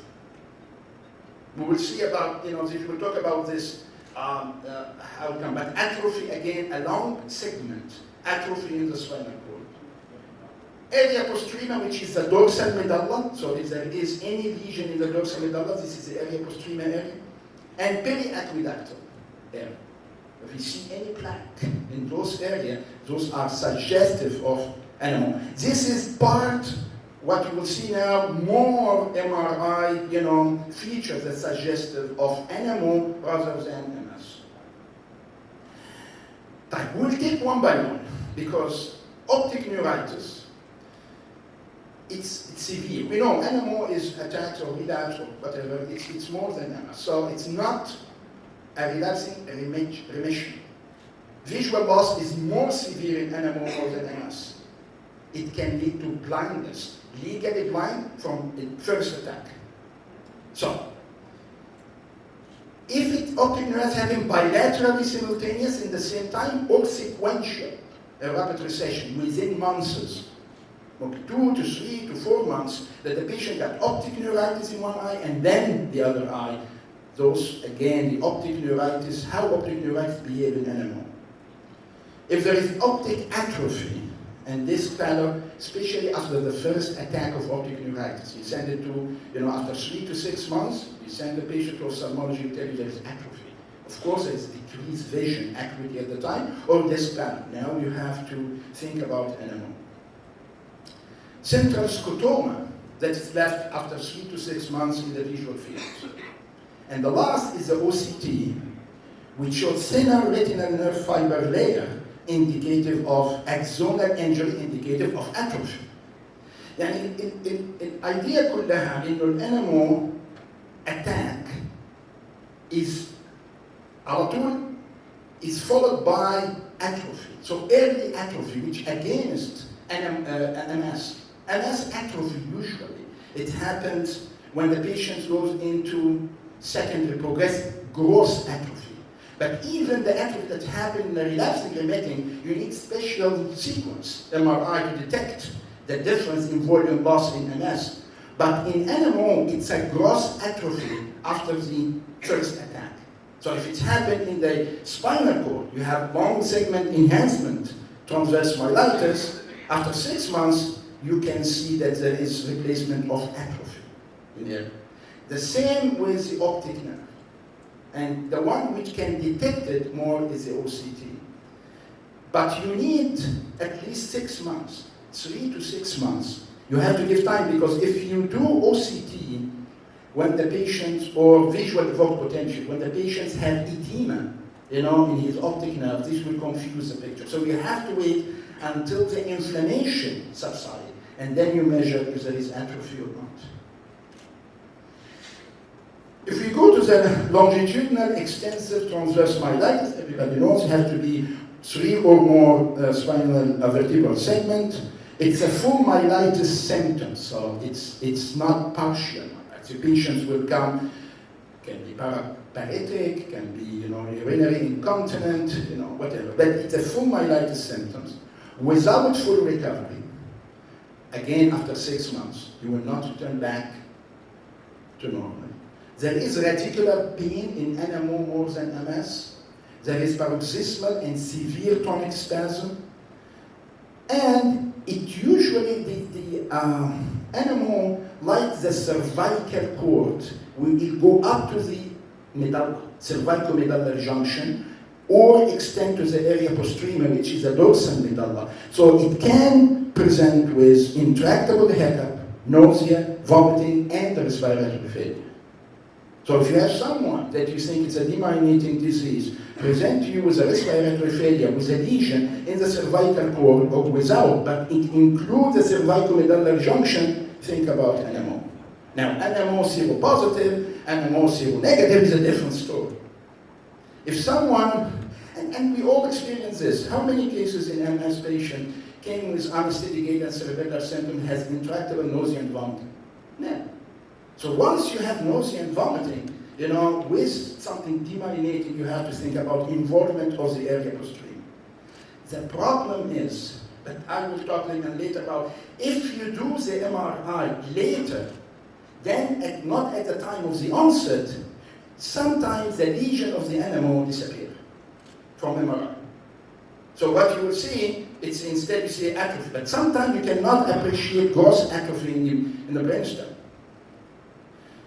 So sometimes you see it and it's normal. You don't see any patient have nausea, vomiting, but you don't see any dorsal medullary lesion because the MRI was done more than 2 weeks after the onset.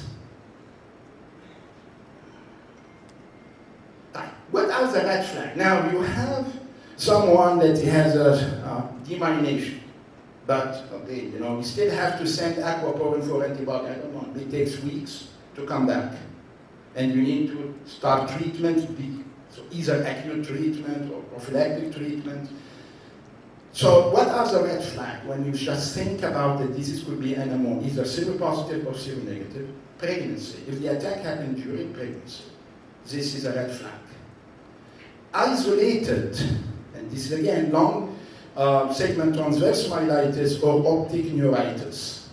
isolated, just someone having optic neuritis and normal MRI, 2 to 3 months, you will not return back to normal. So what are the red flags? Now you have someone that has a demyelinating, but or long segment transverse myelitis with normal MRI. So it's something isolated you have to think about anymore. Recurrent long segment transverse myelitis or recurrent optic neuritis. Again, you have to know about NMO. Now, there are different, there is NMO seropositive, NMO seronegative, NMO mod positive, and there is NMO both negative. So, still, not every NMO has to be positive aquaporin.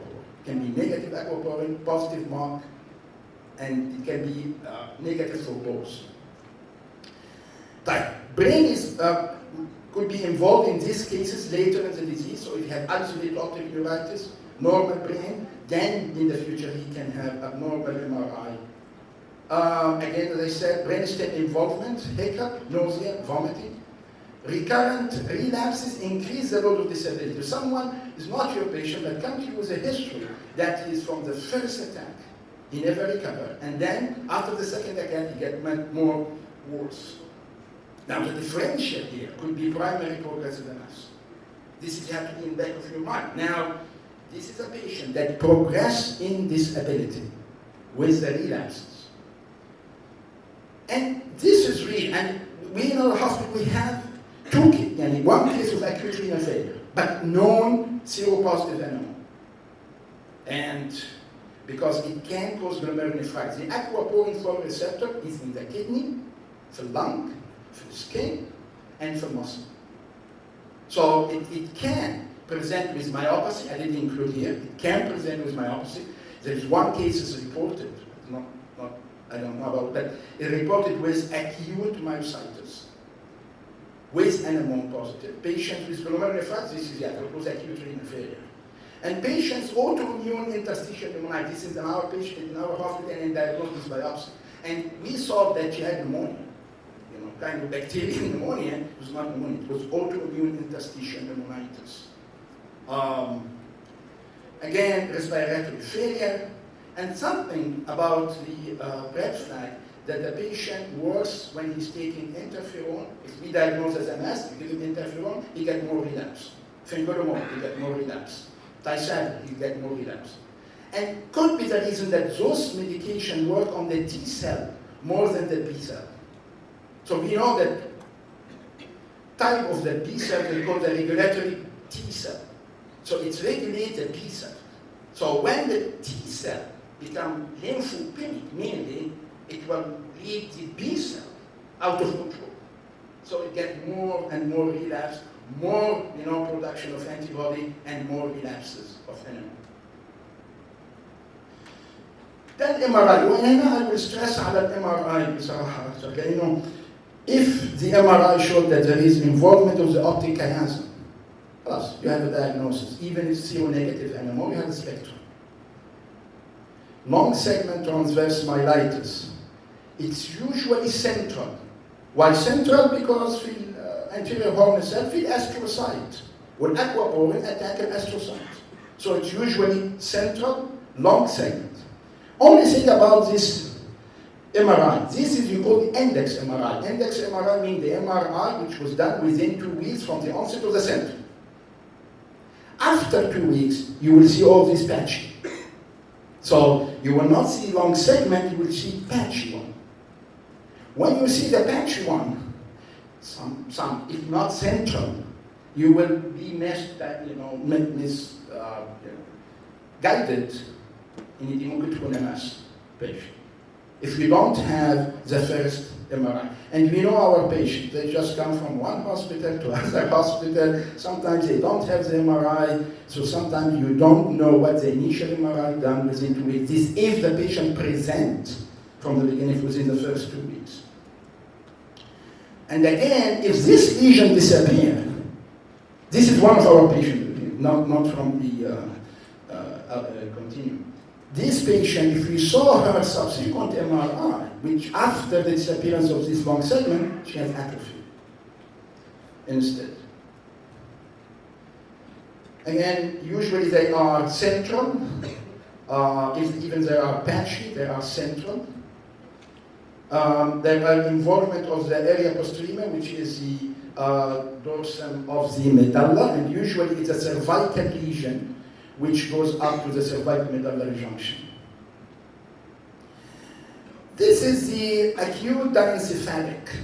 So if someone presents with bilateral hypothalamic or thalamic lesion, yes, you can diagnose it's an acute stroke, it's a lesion. But again, acute diencephalic bilateral hypothalamic lesion, it can be NMO.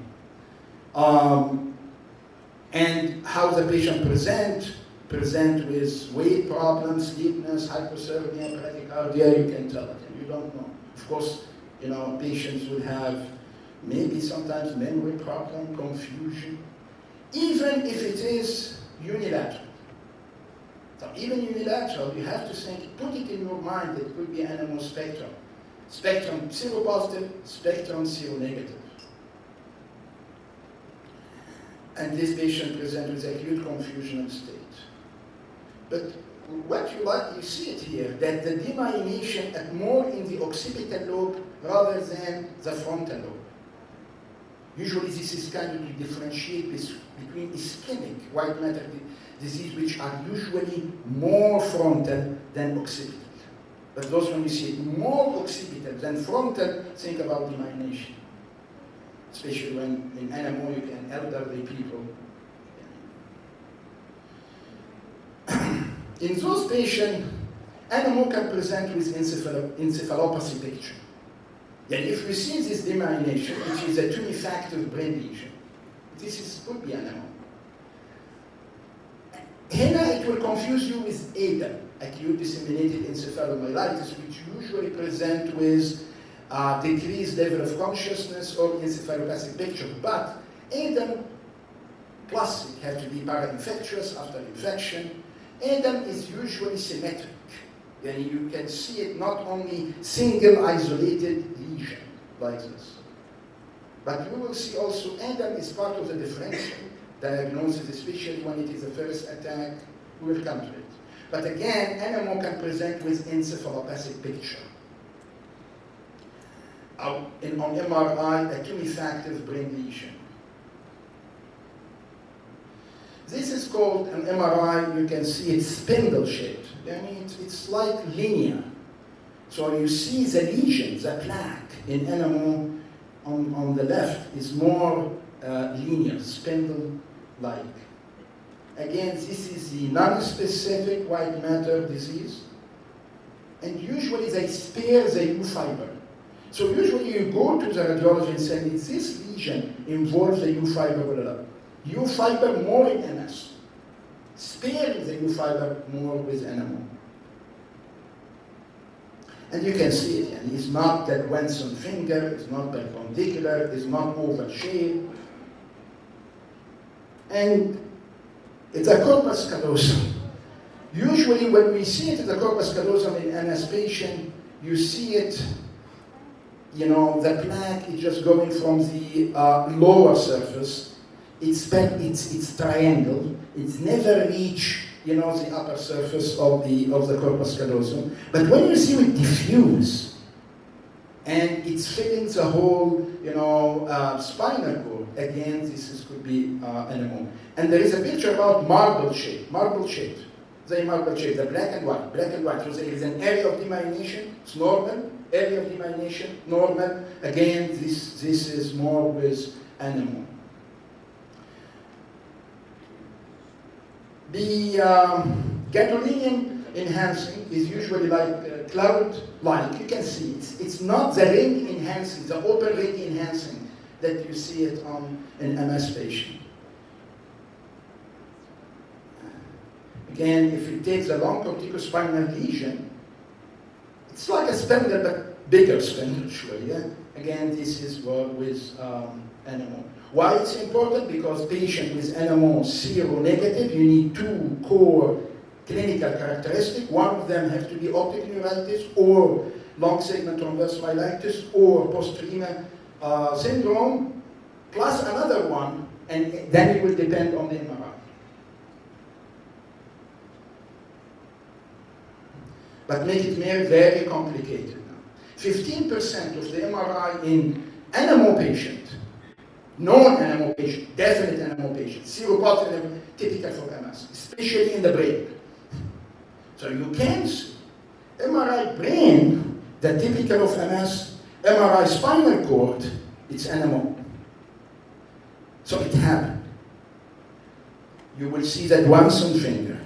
And you can see some of you attended sometime meeting, and that some of them called, like in rheumatology, maybe we may be in a process of seeing an overlap syndrome, that we can have, in fact, both. But something about that could be leaning toward MS when you have an MRI typical for MS is the central vein sign. Is the central vein sign present in more than 40% of the plaque? This is MS. Now you have to count it بقى. يعني انت عليك تقعد وتشوف في 10 بقى بلاك، لازم الاول تعملهم على سيكونس اسمه السوان، سيكونس MRI، ساعات يبان على الفلير، وتشوف كم واحده من العشره how many they have central vein sign. You have to get it more than 4 to say this is MS, because less than 4 could be NMO. Yeah, anyway, if you have time. الاندكس MRI دي مهمه جدا، ان هي في اول اسبوعين لازم تشوفها. You have to see it. You have to see it. If not done ممكن يبقى عندك باتش ليجن، ما فيش الليجن اللي موجود في اللونج سيجمنت ترانسفيرس مايلايتس، وممكن الليجن اللي في البرين disappear.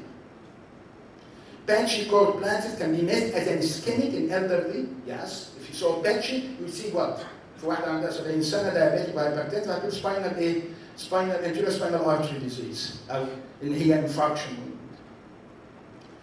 And have patients, and we have 21 cases in Pfizer, 21 seropositive NMO. واحده منهم كانت 75 year old وكانت الثوراسيك ديماينيشن او الليجن كان موجود ثوراسيك، وكانت الدايجنوز بتاعها spinal cord infarction من البدايه. Spare fiber. How is different between NMO and MS? If you do a follow-up MRI and you see an asymptomatic enhancement, زي اللي بنشوف في MS، يقول لك في enhancement في only in MS, not in NMO. NMO الactivity attack بريلابس، يعني هو ما بيجي ابدا بانهانسing asymptomatic lesion كده، ما بيجي. واجين early gross atrophy بعد الاتاك الاولانيه او الثانيه you will see atrophy. atrophy ده بقى في الكورتكس، الاتروفي انت بتشوفه في الاوبتيك نيرف، الاتروفي ده انت بتشوفه في السباينال كورد، but you will see early gross atrophy. كل دولت في الام ار اي صراحه لانه تاني بنعتمد عليه when the patient is zero negative NMO. طبعا for the lab احنا بنعتمد على we do the aquaporin 4 antibodies. Aquaporin 4 antibodies is false negative في الانيمال in 30% of the case. It's very specific, but its sensitivity 70%, 30% بيكونوا false negative. So you have to repeat it every 6 months. Hopefully, انه هيطلع لك one time is positive. But again, the patient has to be not on immunosuppression. يعني لو انت ابتديت له اي immunosuppression, he can convert the positive and negative. But and steroid is not considered as an immunosuppression, so you still can repeat the aquaporin 4 antibody test لو البيشنت على steroid only. But لو على اي immunosuppression, you cannot. Seronegative may convert to seropositive. We have one patient convert after 2 years. كل 6 months and after 2 years بتلاقي ان هي seropositive بس ما كانتش على اي immunosuppression. Oligoclonal band. Oligoclonal band 90% دكتور سعيد موجودة في الMS. So it's more MS, but it is present in 15, sometimes 25% في الNMO patient. It's again, it's with MS, but not against NMO if it's present.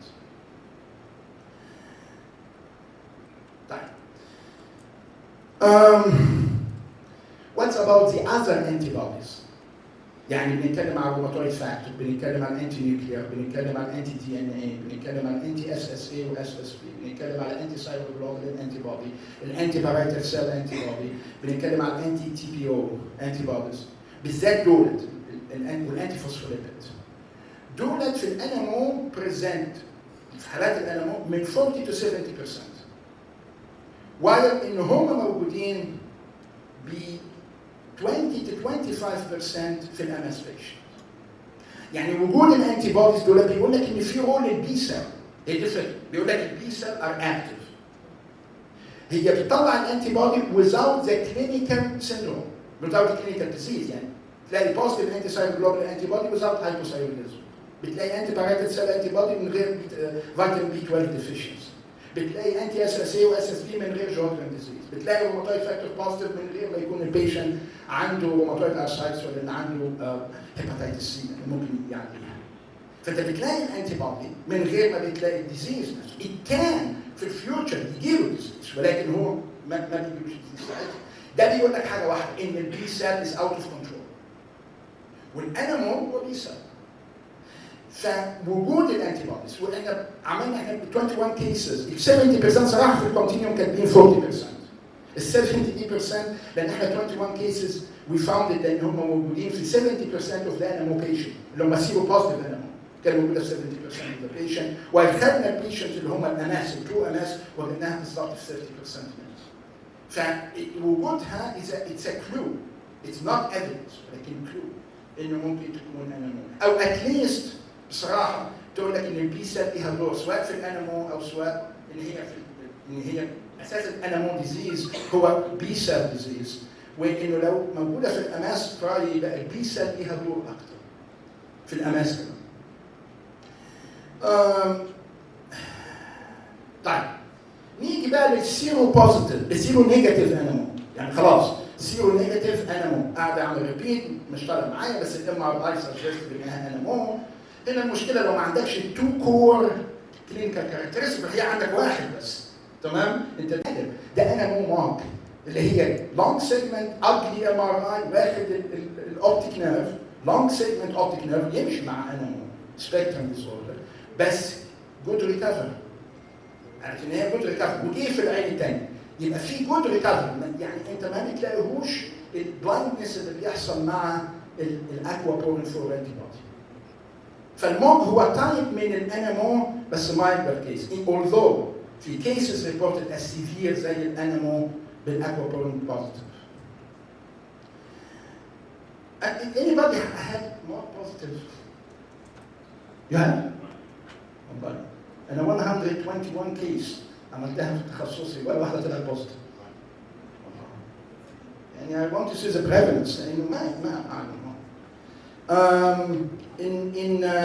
الايفوك بوتنشال. الايفوك بوتنشال هيبين لك ديلي، هو هيقول لك اذا كان بري كيازماتيك ولا بوست كيازماتيك. بري كيازماتيك مور ام اس، بوست كيازماتيك هيبقى انامو.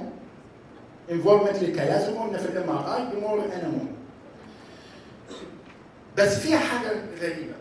هتلاحظوا ان في الام اس بيشنت when the patient have unilateral optic neuritis في الغالب بتلاقي ان الاذر نورمال اي از abnormal بيبقى فيها ديلي على الرغم ان البيشنتس في one eye. في الاوبتيك neuritis في الانامو لو البيشنت presented with single optic neuritis you will find the other one normal. تاني اما بنقعد زي ما احنا زمايلي بيقولوا ساعات انت بتبقى عندك confusing picture صراحه بالكلينيكال والريد فلاج والام ار اي والفوك بوتنشال والسي اس اف والبلاد تيست، كل ساعات بيبقى عندك confusion في الحقيقه من غير ما يكون عندك اكوا بورين فور بوزيتيف confuse دي ام اس ولا لا. يعني دايما بنكتب في النوت with ام اس against ام اس وفي الاخر ساعات ما بنعرفش. ففي كده يعني يقول لك دايما انه في الكورت اوف لو يقول لك انه multiple clues equal evidence. فلو عندك انت multiple clues على فكره انت ممكن تقول لي انا سبيكترم with zero negative mark و zero negative aquapor. الديفرنشال دايجنوستس قلنا هي اكتر حاجه هتخش في الاماس هي برايمري بروجريسيف اماس لانه البيشنت ديتيريوريتنج. يبقى بس هيفرق ما بينها ايه؟ في البرايمري بروجريسيف اماس ساعات بيبقى في اكتيفيتي وساعات يبقى البيشنت عندهم اكتيفيتي without progression، يعني تلاقي enhancing lesion من غير progression. ده مش انامو، ده هتطلع الانامو من الموضوع، هيبقى برايمري بروجريسيف. لو البيشنت progressed without activity برضه مش انامول، لان انامول you have to have clear attack when you will find at the same time clear activity. طبعا في حاجات كتيره جدا الديفرنشال diagnosis، يعني في one cases reported على reversible leukoencephalopathy. reversible يعني في white matter lesion reversible وتحسنت للبيشنت وطلعت ان هي انامول. تاني الليجن في الام ار اي disappear او shrink او become patchy. بس اكتر حاجه هي البرايمري بروجريسيف ام اس. دي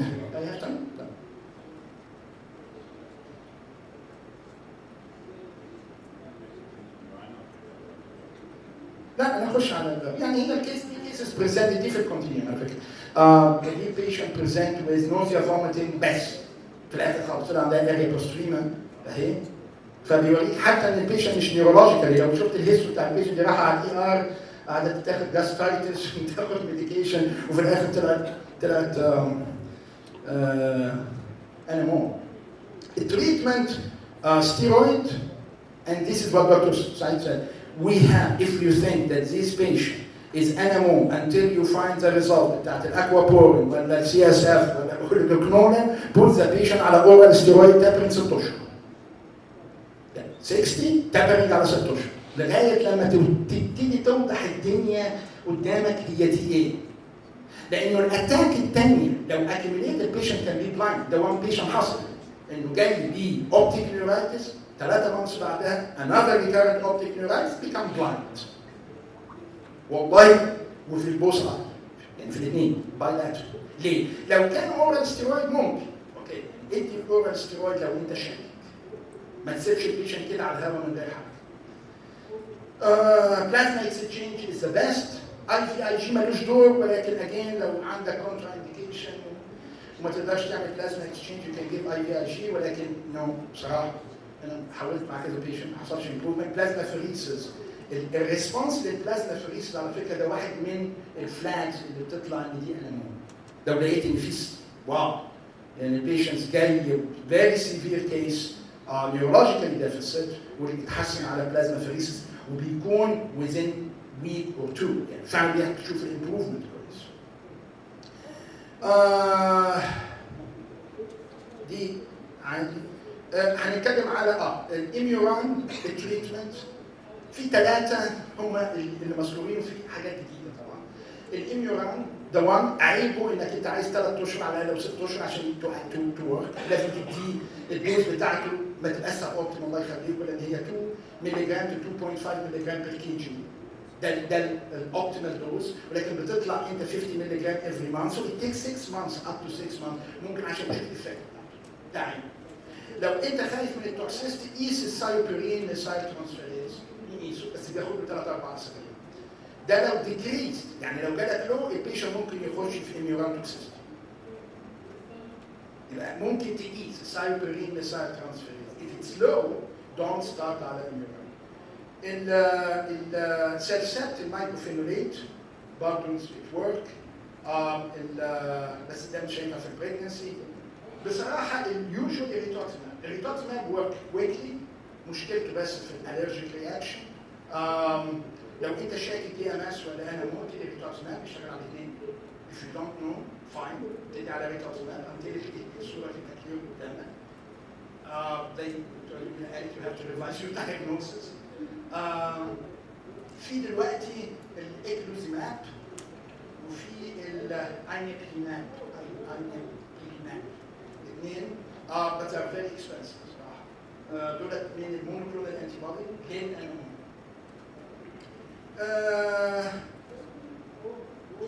يعني دي بري ميديكيشن. واكيد ده بيتكلم على الاوبتيميزيشن. The long subject, you made it easy. Thank you very much, Ahmed. You took more than your time, so I don't think we will have time for questions. But I'm sure you know it's the break. But you did very well. Thank you again. We'll move to. It's not an easy subject, by the way. Okay. It is again my pleasure to introduce. Ibtisam's lady. She was my student, now she's my boss. Allah salvage. She will talk about disease management and lifestyle management and modification in MS. I should say that MS being a chronic disease, we as a physician, we don't talk to patient in this aspect, and we don't talk to the caregiver, we don't talk to the husband and son. So Ibtisam hopefully will address some of these issues, and this will make, I think this will open some discussion issues and practical, and looking on. Go ahead. Assalamu alaikum. Thank you very much, Dr. Mahdi. I would like to second your sentence about saying that in MS we have a lot of comorbidities and it's a chronic disease. It's very important not to forget that there are other symptoms that the patient of MS are suffering from, and they are very important to tackle from one time to another. This will enhance the well-being of those patients and make their journey during the disease better. And very important that we have a lot of symptoms in MS that sometimes we tend to forget, or in a busy clinic the patient will not volunteer about them and we have to ask them if they are present or not. And the most important thing that these symptoms will cluster, they don't come alone. And maybe one will cause the second symptom and so on, and we'll go through the details about that. And in any treatment for MS symptom, in general we have this approach. First, we try to use non-pharmacological treatment, either by behavior and lifestyle changes, environmental and physical manipulation, or rehabilitation physiotherapy, which is a very important role. And then, if all the first three do not work, then we go for pharmacotherapy. And sometimes we need to go for surgical intervention to make their life easier. The first symptom that we're going to tackle is fatigue, because it is the most common symptom that patients of MS are suffering from. And it is defined as overwhelming sense of tiredness and lack of energy or exhaustion, exceeding the expected. So they lose their energy fast. Minimal action will make them feel like they did a lot of exercise or heavy exercise. And it is the most common symptom in patients with MS, as I said. It's almost present in 50% of those who have clinically isolated syndrome, this is the old definition, and in 80% of patients during the course of the disease. So it's very common. And the majority of the patients report fatigue as their worst symptoms, actually.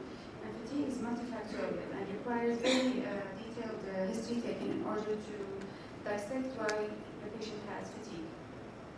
So there's normal fatigue in the patient, they just have fatigue, no clear reason why they'll have it except for that they have MS.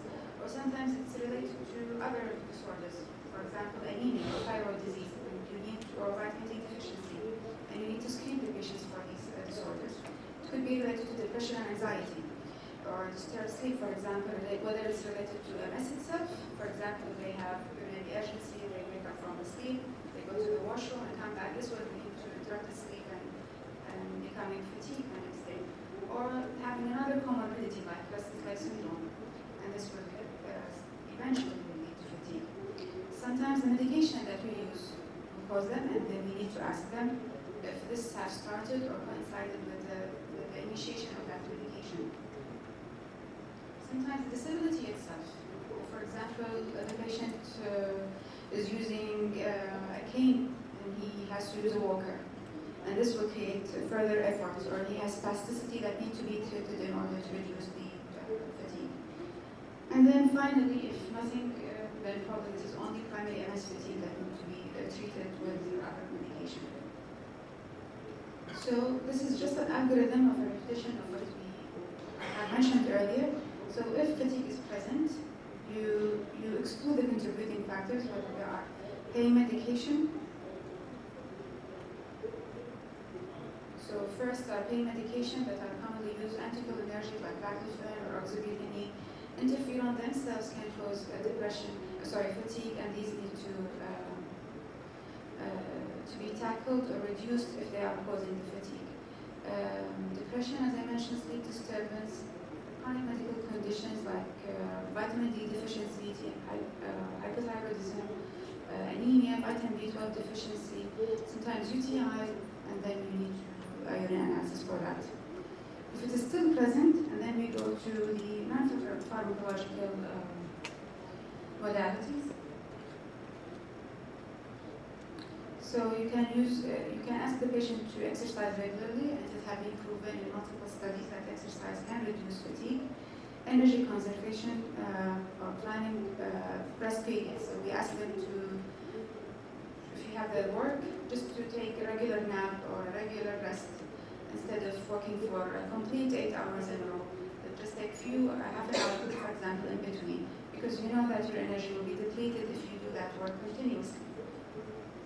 Set priorities. So, for example, if they have an important task, then they put it at first so they can finish it, and then non-important task maybe at the end of the day. And rearrange the work space. For example, she's working in the kitchen and the living room, make an important, so the distance of walking will be less. For example, in the work office, make things that you need are close to you in order to minimize the distance between you and the things that you are going to use during your daily life. And then non-pharmacological. If this did not work, then we use treatment. Unfortunately, we don't have a lot, but you can use them. The most commonly used is amantadine at a dose of 100 milligram BID. Modafinil and methylphenidate, they are stimulants. And unfortunately, they are controlled drugs, and they can be abused sometimes. So they are very difficult to be prescribed and to get approval for them if the patient has severe fatigue interrupting their daily life activity. Next, we go to the next symptom, which is the next common symptom in patients with MS, which is depression. And you can see that the prevalence of depression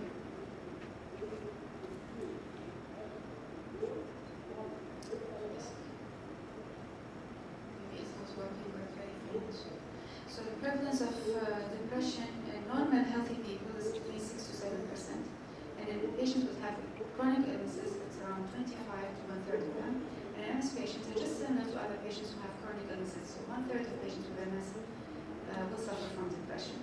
And the good thing is that you can ask the patient directly about symptoms of depression, or if in a busy clinic you can give them this questionnaire, which is a very easy questionnaire and it's validated in Arabic. You can give it while they are waiting for you in the waiting area, and then when they come back you see the score and how much is the score, and above that if whether the patient has severe depression or mild depression. So just a screening tool in order to see if the patient has depression, and it's a very common symptom that can lead to, if tackled correctly, lead to improvement in quality of life. If you find that the patient has mild to moderate depression, especially those at the beginning of the disease, maybe it's an adjustment disorder, psychotherapy, and you can wait for them for maybe 3 to 6 months. If still they are not adjusted and they still feel depressed, you can start antidepressant. And depending on how comfortable the neurologist is in starting those medications, for example, SSRI like Cipralex or sertraline can be used, or norepinephrine serotonin uptake inhibitor like Cymbalta can be used. If you don't feel comfortable in treating the patient with SSRI or norepinephrine serotonin uptake inhibitor, you can refer the patient to a psychiatrist who can help you in that thing. Sometimes, rarely, you have very severe depression, like patients with suicidal attempt or plans, then these need to be referred urgently to psychiatry. For the cognitive impairment, again, this is a common symptom, and it can affect 40 to 65% of patients with MS. However, this will depend on the classification of MS. Patients with advanced MS or progressive MS will have more cognitive disability. However, we have seen patients even with clinical isolated syndrome who suffer from cognitive impairment. And when you ask the patient, they tend to think that probably the short-term memory is the most commonly affected, or the episodic memory. They are inattentive. They think that they have slow in their thinking process.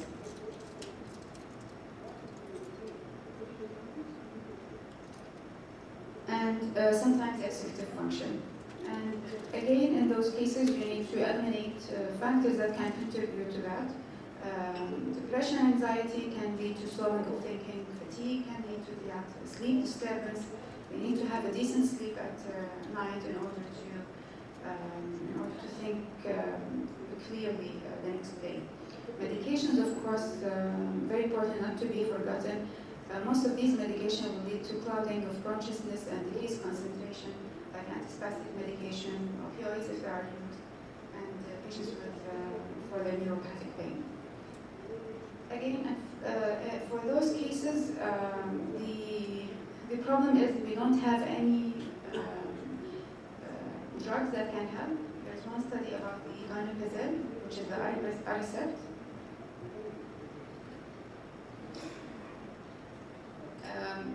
Did not show any benefit from this medication, and the only thing that we can ask the patient to do is using diaries or regular exercise that can help their cognitive impairment. Next, we go to the bladder dysfunction. It's a very common and sometimes, unfortunately, not well tackled in the clinic. And it's very important to differentiate between the type of urinary problem that the patient is suffering from. So ask the patient whether there's failure to store, which means urinary frequency, or failure to empty, urinary retention, or sometimes they have both, a mixture of urgency and retention. Sometimes you can manage the problem at the clinic, and sometimes you have to refer them earlier. What are the red flags that you need urgent referral? If there is hydronephrosis, if there is renal impairment, whether there is recurrent UTI, hematuria, if you have suspecting concomitant urological pathology or stress urinary incontinence, pelvic pain or line pain, and if you have symptoms that are refractory to first-line treatment, we will talk about the first-line treatment.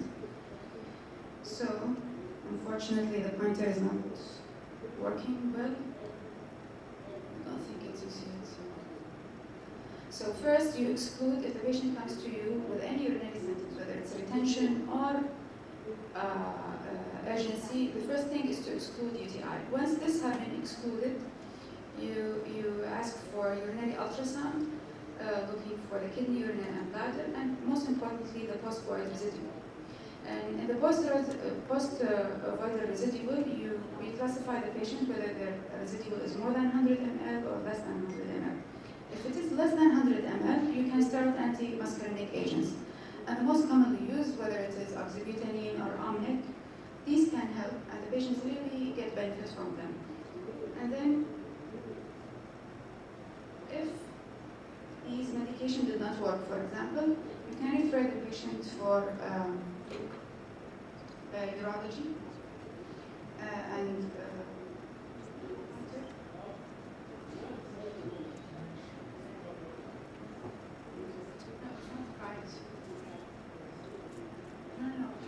pointer.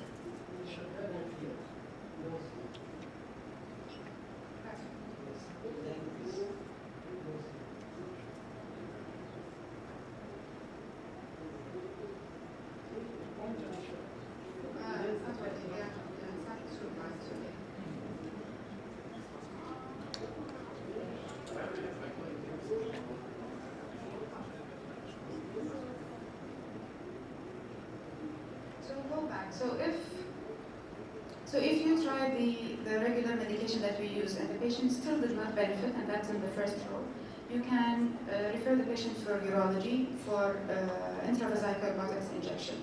And these works very well, especially initially. However, unfortunately, with time, these effects tend to wear away, maybe because of the progression of disease itself. If from the beginning the post-voidal residual is more than 100 ml, you need to refer the patient to urology. And the reason for that, they need to have intermittent self-catheterization. They need to be trained. If the patient did not have improvement with that, we go to the next slide. If the patient did not have improvement with intermittent self-catheterization, we can do indwelling catheters. However, choice number 3 is not well recommended because of the side effects. It's used only with patients with very advanced MS who are bedridden and they are not able to do intermittent self-catheterization. They carry a higher risk of infection erosions, and buttocks conformation. And we prefer the suprapubic calf, and when using the catheters, it's preferable to use the silicone calf rather than the latex type. If, let's say, all of these do not work, there are more invasive strategies. Unfortunately, they are only available at specialized centers in which they can do the percutaneous and transcutaneous tibial nerve stimulation. And this has been shown improvement in not only in the urinary dysfunction, but also in fecal incontinence, which is a very rare symptom seen in patients with MS. And lastly, there is surgical intervention of diversion, whether of the sigmoid or the bladder itself, if the patient has fecal or urinary incontinence. Next, we go to the paroxysmal spasm. The paroxysmal spasm in general, they're short-lasting, from 1 to 90 seconds, and they are transient stereotyped. They can be sensory or motor. And the most common is trigeminal neuralgia or Lerman sign. Less commonly, the tonic spasm, as Dr. Ahmed have said, that tonic spasm is more common with neuromyelitis optica patients. However, we have seen patients with MS who still have tonic spasms. And this has been associated with lesion of the spinal cord that's similar to what we see in the NMO, in the internal capsule or the cerebral peduncle. So it's involving the motor area of the corticospinal tract. If you have a patient with MS with tonic spasm, think twice before saying it's MS, but that does not rule it out. Again, there's no randomized control treatment for treating any of the paroxysmal spasm, but they respond very well to a sodium channel blocker, typically carbamazepine. And usually it requires very small doses, like 200 milligram BID. In very rare cases, sometimes patients do not respond, and they go to other modalities like amitriptyline, pregabalin, gabapentin, or even fluoxetine. Spasticity is a very common problem in patients with MS. Again, we prefer first non-pharmacological approach, physiotherapy first, and then specifically you ask the patient to do stretching exercise. They are very beneficial, but they need to be done in a very proper way. They need to do it twice a day for 30 to 60 seconds and repeat it several times. If the stretch exercises and physiotherapy did not work, then we go to medication. And the medication are classified to first line, second line, third line, and fourth line. The first line medication are baclofen, tizanidine, and gabapentin. I think most of us are aware about them. And you have been using them either for spasticity and other neurological diseases, not only MS, as well as tizanidine, and sometimes gabapentin is used, not only for neuropathic pain. The tizanidine has the beneficial, it's stronger, but has a more sedative effect, and you need to monitor the liver enzymes. And in all three medications, you need to start with small doses and gradually build it up, because this might cause increased fatigue, this might cause increased weakness, or worsening the cognitive function. Second line drugs, preferably at this stage, before you go to second line drugs, refer to a physiatry specialist or a doctor, because usually they are more experienced in treating spasticity. For second line drugs, personally, I don't use diazepam or dantrolene. This has been mentioned in the continuum, so I just go to the slide. I didn't see any side effects using diazepam or dantrolene. However, diazepam with a dose of 50 milligram can be used, and dantrolene as well can be used. Again, the sedative side effects is very strong, and that's why people are shying away from them and use only in small doses, or maybe in very bad advanced cases of MS. And third line is the botulinum toxin, sometimes injected by the neurologist who are experienced with that, or the physiatrist. These are good for patients who have focal type of spasticity. Otherwise, if you inject too much of Botox, the patient might lose the power in that muscle and he's not able to stand. So it's not too much and not too little. You need to find a midline or solution in between too much spasticity and too much weakness. Because if you give too much, the patient will be weak and not be able to stand. And finally, the fourth line, it's used only for patients who are immobilized for hygienic purposes. It can be done in specialized centers where you give intrathecal baclofen pump. Just be aware of the infection that can be that. Sometimes too much high doses can cause seizures or sedation. Gait impairment is a very common problem, and it's again multifactorial. They might have gait difficulties either because of the weakness, or the spasticity, or the fatigue, or because of even sensory dysfunction. They have dorsal pathway lesion causing sensory ataxia. And again, spasticity, better to start with physical therapy and occupational therapy. And the medication that have been FDA approved is the Fampira or Famgradine. And it can improve walking ability in almost 1/3 of the patients according to the study. There are some evidence of uncontrolled trial that it can help also in other neurological disability in patients with MS, especially the upper limb function or diplopia, ataxia, dysphagia, or fatigue. So there are off-label use. The bottom line is that you give the patient a trial of 1 month. If they didn't improve the Famgradine, better to stop it, because either they improve from the beginning or they won't. Sexual dysfunction also is a common problem affecting 50 to 80%, especially men with higher EDSS. However, in women, this is not related to their EDSS score. And very important is not to forget the contributing factor before blaming MS itself, especially medication, the tricyclic antidepressant and SSRI are well known to have cause these problems. And then it can be related to other symptoms of MS that you need to treat, like fatigue, depression, anxiety, or spasticity. If you've treated all these and yet the patient still complaining, then better to refer to a specialist to help you in addressing this problem. Pain also is a symptom that patients with MS can complain about. The pain is similar to any neuropathic pain, and it's more commonly in the lower limbs or the upper limbs, depending on where the lesion is, and it's more distally. And similar to the burning pain that other patients with neurological diseases are complaining about. And the good news is that you just approach it as any other neuropathic pain, but be aware about the side effects that are using and are causing, and how much the patient wants to be treated. Because sometimes, especially with the neuropathic pain, if the pain is mild and it's tolerable, better to avoid medication, because for sure medication will cause either increased fatigue or depression or sedation or clouding of consciousness and cognitive dysfunction.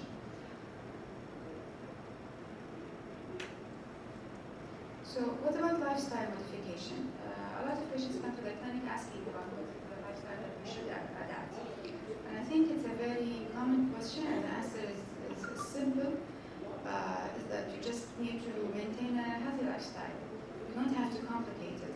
And when you look into the literature about the lifestyle modification, it is a lot and it is murky. And there are a lot of things that are ongoing about the lifestyle modification in MS. So it's I think these are the most important things that have been mentioned and has shown good evidence about their contribution in making MS worse or even increasing the risk of MS, like vitamin D deficiency. So we go to talk about them just briefly, about the obesity. So there have been an association between obesity and other autoimmune diseases, not only multiple sclerosis. And they have shown that there is a high body mass index in childhood, adolescents, and young adults. There is an increased risk for both pediatric and adult onset multiple sclerosis. And that it is associated with chronic low-grade inflammation and great membrane atrophy and white matter changes. And however, this is, as I mentioned, have been also shown in other autoimmune diseases, specifically rheumatoid arthritis, and reducing the weight may be helpful in those patients, not only to reduce their disability, for example, spasticity, increasing their risk in other cardiovascular disease, but also in improving their risk in general. They already have the MS score. What about salt intake and exercise?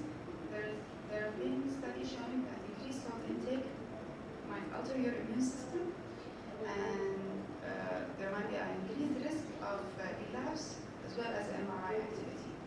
And from there,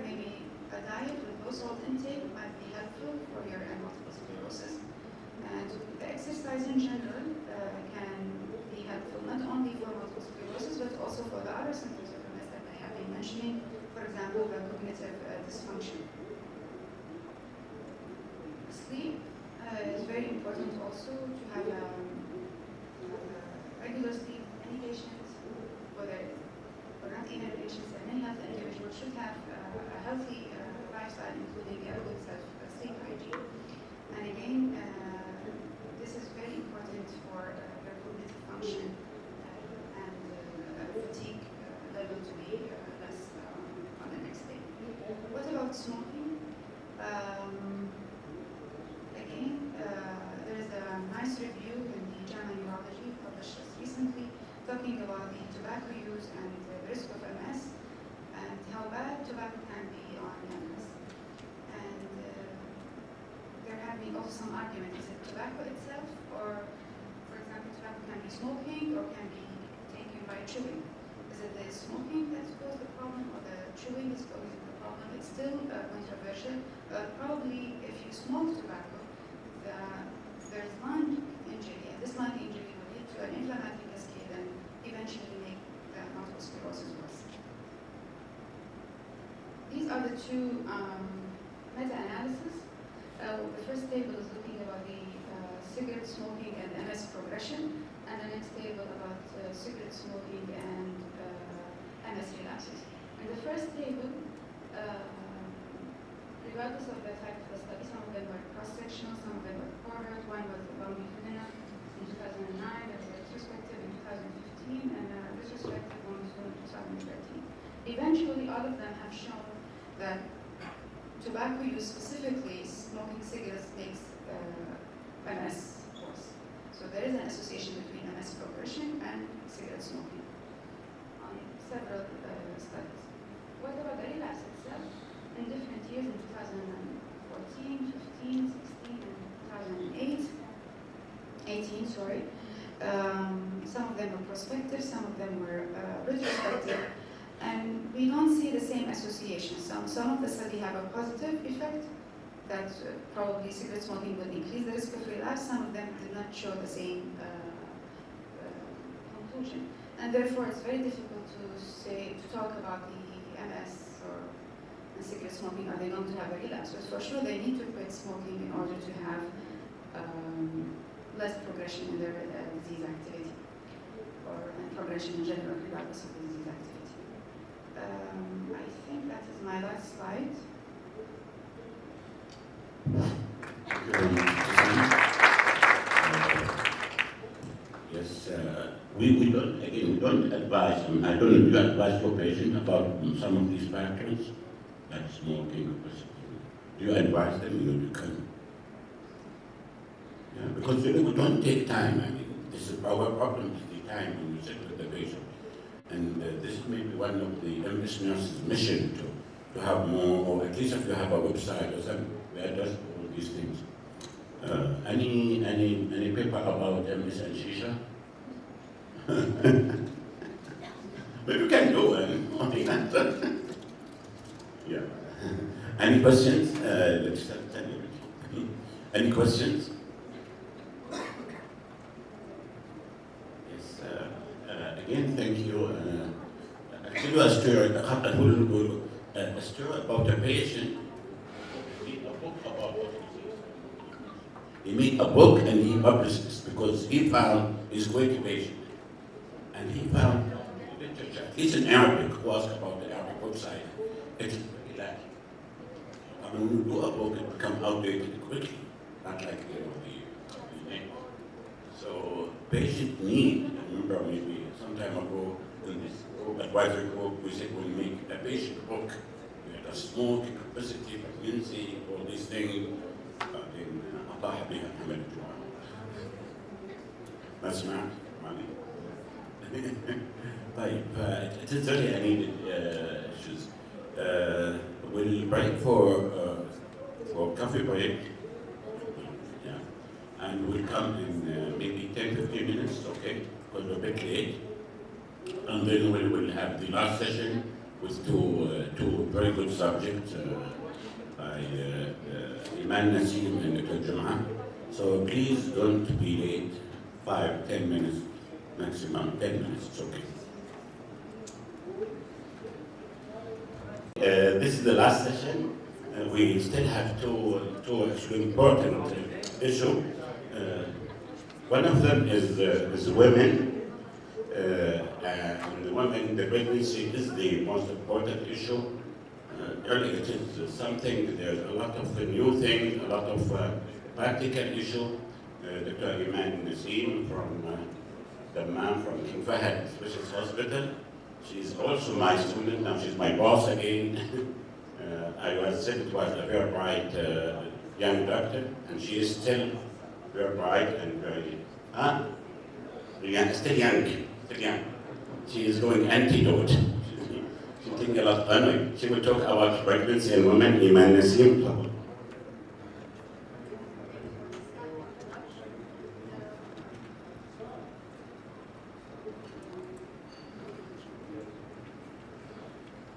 Thank you so much for this introduction, and thank you for inviting me. Thank you all for staying at this until this time, and I hopefully that it's not going to be a long talk. So you know that a patient, when she comes to your clinic, most of the patients with MS are usually female. The predominance is 70 to 75%, and it usually affects young adults, like 90%. The onset is between 15 to 50 years. So this makes the demographics that come to your clinic is mostly a typical patient of a young woman in childbearing age. So now we will talk about how pregnancy affects multiple sclerosis. And we will quote this study, which is the Pregnancy and Multiple Sclerosis, or the PRIMS study, and the clinical predictors of postpartum relapses. And this is the most important figure of that study. And it shows you the 3 months before pregnancy, 3 months during pregnancy, and the 3 months after pregnancy. And this study has enrolled 227 patients, and it showed that during pregnancy there is a significant decrease in the relapse rate, mainly at the 3rd trimester. But however, after that, as you all know, that in the postpartum period, this increases. The most important thing that when the patients come to you who wants to get pregnant is how to counsel her regarding, of course, you are telling her that pregnancy may be beneficial, that this in the postpartum period you are going to have a risk of a relapse. And the predictor of that relapse is usually this stuff, the pre-pregnancy period. And they have found out that if the patient is controlled during this time, the 12 months that leads to the pregnancy, usually the likelihood of getting a relapse in the postpartum period decreases. So, as I said, the risk decreases in the, if the patient did not experience a relapse in the year prior to pregnancy. And also, a lot of your patients are going to ask you, why does the pregnancy protect me from multiple sclerosis relapses? The real reason is still unknown. There are a lot of speculation. It's speculated that maybe it's hormonal mediated, as you know that the hormones start to be excreted from the placenta during the pregnancy, and maybe the estradiol that is secreted has some protective effect. And it has shown that there is a shift in the Th1, Th2 cell profile, making it more Th2 to Th1. And what does that mean, as you remember from immunology? That there are the T cells, which are the killer T cells, the CD8, and the helper T cells, the CD4 helper cells. There is further division of Th1 and Th2. And if you can look at it as Th1, the bad guy, and Th2 is the good guy.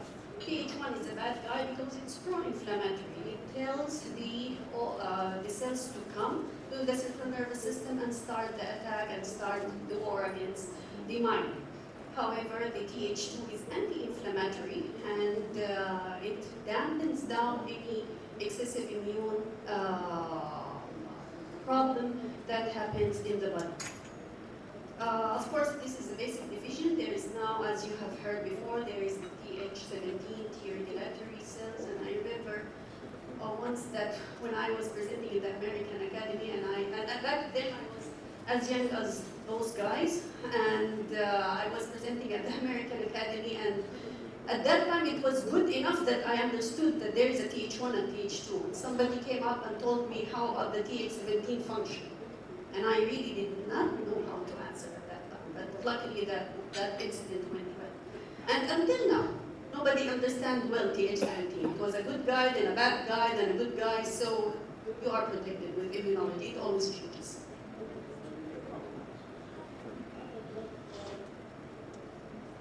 So, okay, the patient got pregnant or she wants to get pregnant. She is going to ask you, the pregnancy by itself, will it alter the multiple sclerosis course on the long run? And there has been studies that show that there is relative attenuation of the long-term multiple sclerosis disease course, but still, it's also debatable. But this at least encourage you to tell her that it's okay to get pregnant. Pregnancy by itself may help you on the long run, but this is not a definitive statement until she got pregnant, she gave birth, she's going to ask you about lactation. And there is a meta-analysis of 12 studies that showed 869 patients that breastfed and compared to 689 who did not. And that study demonstrated there is 47% decrease in postpartum annualized relapse rate for those who do breastfeed. So that's why we encourage them at that time also to continue breastfeeding, even if it means that you have to postpone reinitiation of the medication. A lot of patients also come to you and asking you that they have problems with getting pregnant. So they are asking you about assisted reproductive technology. And unfortunately, this is the point that you will tell them, yes, there is an increase in the possibility of relapses because it has been shown that unsuccessful cycles and use of gonadotropin-releasing hormones agonist usually increases the relapse rate. This is the injection that she's taking mid-cycle to induce the ovulation. So these two are associated with higher relapse rates. Okay, what to do with the medication during pregnancy? And this is although this slide is a very general statement, this is a very, very important slide and very important nothingness. I know that when the patient comes to you in the first visit, you are going to counsel her about everything and about pregnancy and about medication. But the clinician should never assume that the patient with multiple sclerosis knows the risk associated with the drug, even if it is discussed previously. The first visit, she is usually shocked by the diagnosis. She doesn't know how to react. You have given her all that information. You have plugged in the pregnancy safety issues, but please go back addressing that issue in subsequent visits. And the patient may have been preoccupied with the diagnosis over time. She forgot the initial warning. So every time you are putting on a high-risk medication, reinforce contraception in maybe each visit. Also, don't forget, in our population, a lot of them are still engaged, and usually they tell you that I'm not going to get married until 2 years or something. And my experience is usually they come to me in the second visit, they have already been married and already been pregnant. So even if she tells you I am still engaged, give her the whole talk about what she is going to expect if she is going to get married and get pregnant. So briefly, we will talk about the medications, and here you are going to see the table with the name of the medication, the pregnancy category, when it is recommended officially, the last dose before conception, evidence of embryonal lethality and teratogenicity in animal studies, and the data in exposed humans. So in the interferon, it's a class C, so there is not enough data to make sure that it is safe during pregnancy. And you can see here that it's written 2 months before conception, although this is not what we do. That's why these are the guidelines so far. But we know from experience that it is safe usually, and usually we tell them to stop it before they try conception immediately. And sometimes we counsel them that if by mistake that they get pregnant on interferon, it is fair enough just to stop it and not to be that much anxious about what may happen to the pregnancy. In animal models, there have been evidence of embryo lethality, but there is no teratogenic effects and no evidence of spontaneous abortion or birth defects in exposed humans. Glutamate acetate or Copaxone, it is the most safe and it is class B. And maybe because of the nature of the medication, it's just resembling the myelin basic protein. It just tricks your immune system to fight the glutamate acetate rather than fight the myelin itself. So that's why it's considered as a safe medication. Unfortunately, it's not available in Saudi Arabia because of the manufacturing company. But now there are some generic formulation that I have been seeing very rarely, but in Eastern Europe, and I'm seeing it now being introduced to one patient that I am following up. The last dose before conception, 1 to 2 months, although some neurologists continue through pregnancy, and I'm seeing a lot of, from my practice and my training, that a lot of people were continuing them all through the pregnancy. There is no evidence of embryo-lethality or teratogenicity, and no evidence of spontaneous abortion or birth defects. We go to fingolimod, it's currently class C, and this is a medication that you really have to stress with the patient, that if you are going to take fingolimod, you have to be on contraception. And if you want to get pregnant, you stop the medication, you continue the contraception for these 2 months. And then you try conception, because there has been some evidence of reported birth defects. And unfortunately, these reports are increasing as time goes by. So I'm not sure about even the label, is it going to continue to see or it's going to change in the future. But this is a very, very important medication to be careful with during administration in pregnant or patients who want to get pregnant. Dimethyl fumarate is class C, and a few days to weeks before conception, because the half-life is very short, is enough. And there has a very, in animal models, some embryo-lethality, but no teratogenicity. And no evidence for spontaneous abortion or birth defects. You know that dimethyl fumarate has not been approved long back, but so far they have had a registry that every patient who gets pregnant on this medication is entered into the registry, and so far they have not seen a very major birth defect. So that's why it's more and more relaxing for us as doctors to prescribe it and tell the patients. Of course, you are going to tell them all, stop. If you want to get pregnant, stop the medication. But we are more worried that if she comes to you and she is on the medication, we tell her to stop and we hope for the best. Of course, I usually also refer to high-risk pregnancy clinics, and they do the ultrasounds to make sure that everything is fine. Teriflunomide has a pregnancy category of X because there is both embryo-lethality and teratogenicity in animal models. And because teriflunomide is a second generation of another medication that they put on, that's why it has been, the parent medication has been known to be teratogenic. So that's why you had this strong label, because it is suspected that it has the same effect. But so far, now that the patients are being more and more exposed, there's no evidence of spontaneous abortion or birth defects, usually because we are really very careful to tell the patients, if you want to get pregnant, you have to not, you have to stop the medication for 2 years, and then attend pregnancy, because it stays in the body for 2 years. And if by mistake a patient is getting pregnant on it, you have to do the accelerated elimination by for 11 days and send the level of the medication, and the company helps you with that. And if you just tell them that, they will send you the level and make sure that it is within therapeutic level until you are more and more assured. Natalizumab, we are moving now to the monoclonal antibodies. It's class C. That's dose before conception, 2 months.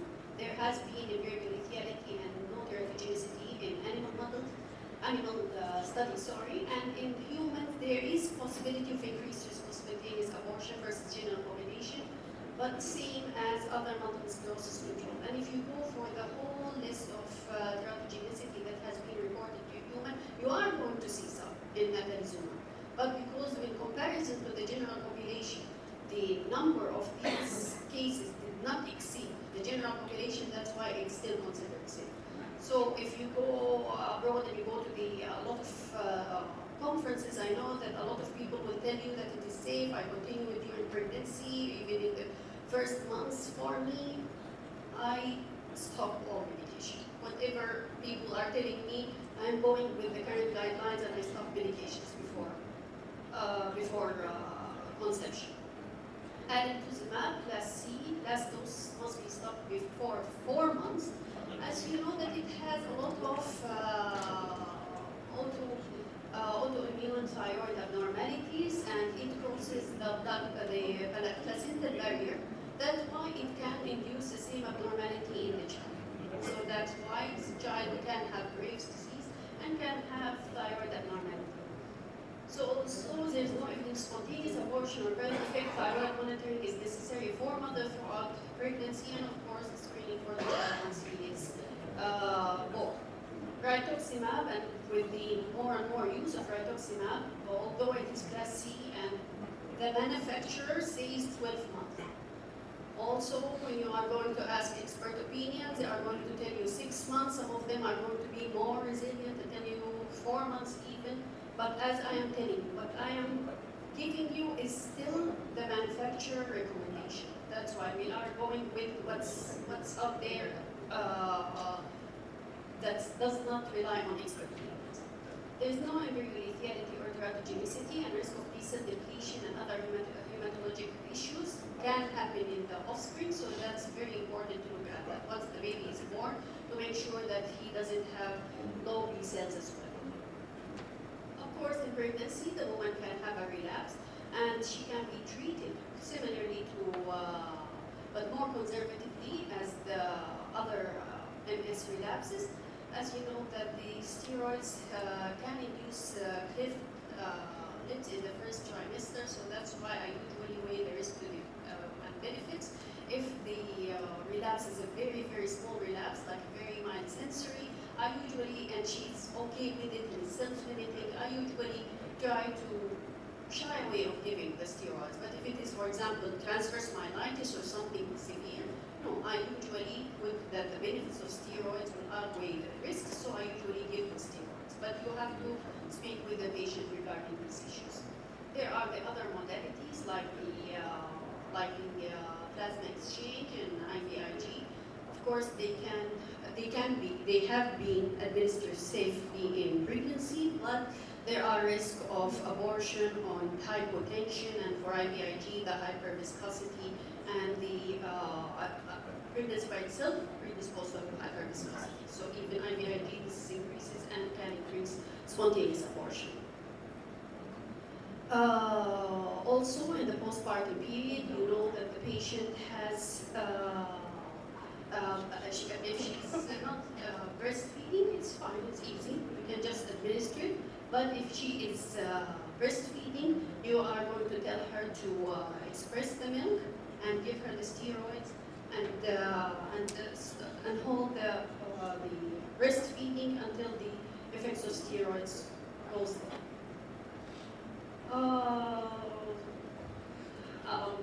Currently, because a lack of definitive data, postpartum management decision concerning initiation of disease-modifying therapies for patients with MS depends on patient desire to breastfeed and level of concern for a severe postpartum course because of previous disease activity. This is the same as what we mentioned in the study, the PRISM study, that if before the conception she had a very bad year of a lot of relapses, usually we will counsel her that better stop breastfeeding and better to go on the medication. But if she had a very, very benign course in that year, you are going to more be encouraging for her to breastfeed. Usually breastfeeding, also as we said with the medication, usually stop all medication except for lentiviral acetate. Interferon, it's not, and although it has been for a long time, it's not known whether it's excreted in milk or not. And on breastfeeding, just initiate the medication. The pregnancy itself is not affected by MS. It can be generally well tolerated. Children may have decreased birth weights but are equally healthy. And when it comes to obstetric decision, whether the patient is going for normal delivery, cesarean section, this is not affected by MS itself. It is up to the obstetrician, whatever he feels best for the patient. Only one thing that maybe the patients who are very, very progressive and they have very weak pelvic floor muscles, maybe they will need assisted delivery options like the forceps delivery to help them, because in the second stage of labor, they will not be able to push strong enough. But this is also up to the obstetrician. And if he is recommending any kind of anesthesia, also it is okay in multiple sclerosis patient, any kind of anesthesia can be administered. Very important that I usually,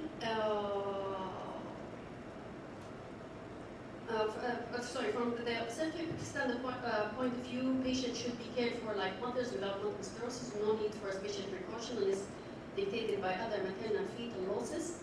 And the important thing that I see, that the patient, because now they are more aware and they are coming to me and they know that in the postpartum period, they are afraid of the relapse. This is really making them afraid, making them very anxious. It's very important to know, although there is some increase in relapses, in that study it was only 28%, it's not necessarily that this relapse will be stronger than usual relapses. This is very important for them to know. Maybe it will be something very mild sensory. It doesn't predict a strong relapse. It's just indicates that maybe increase in the rate of relapses. This is just at the end a case of a 32-year-old with relapsing remitting multiple sclerosis. This is a scenario that may come to you in the clinic that still she did not start anything and she wants to postpone the disease-modifying agent because she wants to have a child. You encourage her because she is not in a very bad state of the disease and also for the age to try to get pregnant. She is relapse-free during pregnancy, she is breastfeeding, and 1 month after the delivery she developed numbness and some difficulty in walking, so you give the IV methylprednisolone, you give her instruction to pump and dump of the breast milk within 4 hours after each steroid infusion. And after she recovered, she has weaned off the baby from the breast milk. She started on glutamate acetate. After 2 years of stability, she decided to become pregnant again. And in this case scenario that they gave, she continued on glutamate acetate throughout the pregnancy, and it was event-free. So this is also highlights some of the scenarios that you may see in your clinic. And as we say, that the risk again, disease activity in the year before, and also not being on disease-modifying agent. This increases the risk of the postpartum relapses, and as I say, it's not necessarily severe relapses than the one that she has been experiencing before the postpartum period. And although no disease-modifying therapy have been tested during pregnancy, animal studies and human data give no indication that increased risk to the fetus exists with the use of glutamate acetate, and continuing this medication may be a reasonable strategy. This is what you can get from that case. And thank you. You covered the whole subject nicely. Is there any question or comment? Before I used to ask them to stop interferon, but now really many of my patients, it's not because this is miracle. I had no problem in people in interferon, and I think even the label will be changed. It's like glutamate acetate, so it will move to a kind of more safer kind of level. That's why that I said that a month. But maybe, as you said, that maybe it's going to be more safe.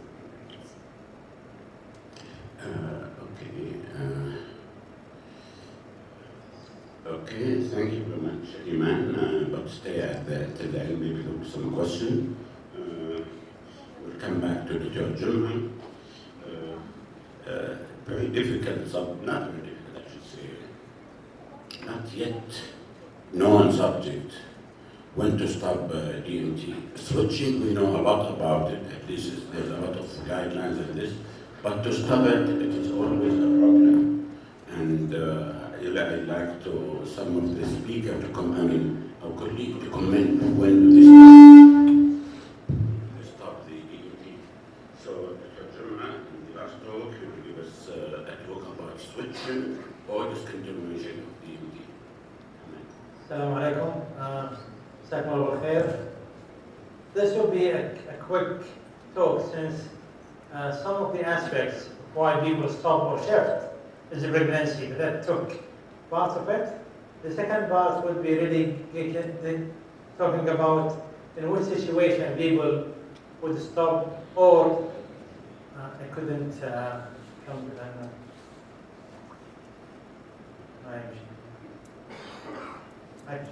I couldn't, people can stop or shift due to some reasons.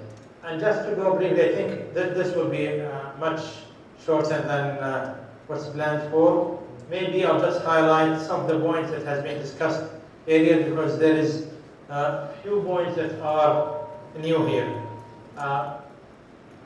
In the continuum, they joined switching or stopping together because it could happen for different reasons.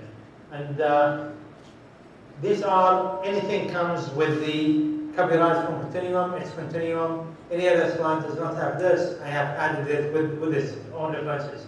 But there are the one in red, which is usually as a physician, you would request it to be changed, which is either because patients want to get pregnant or there has been a wrong diagnosis.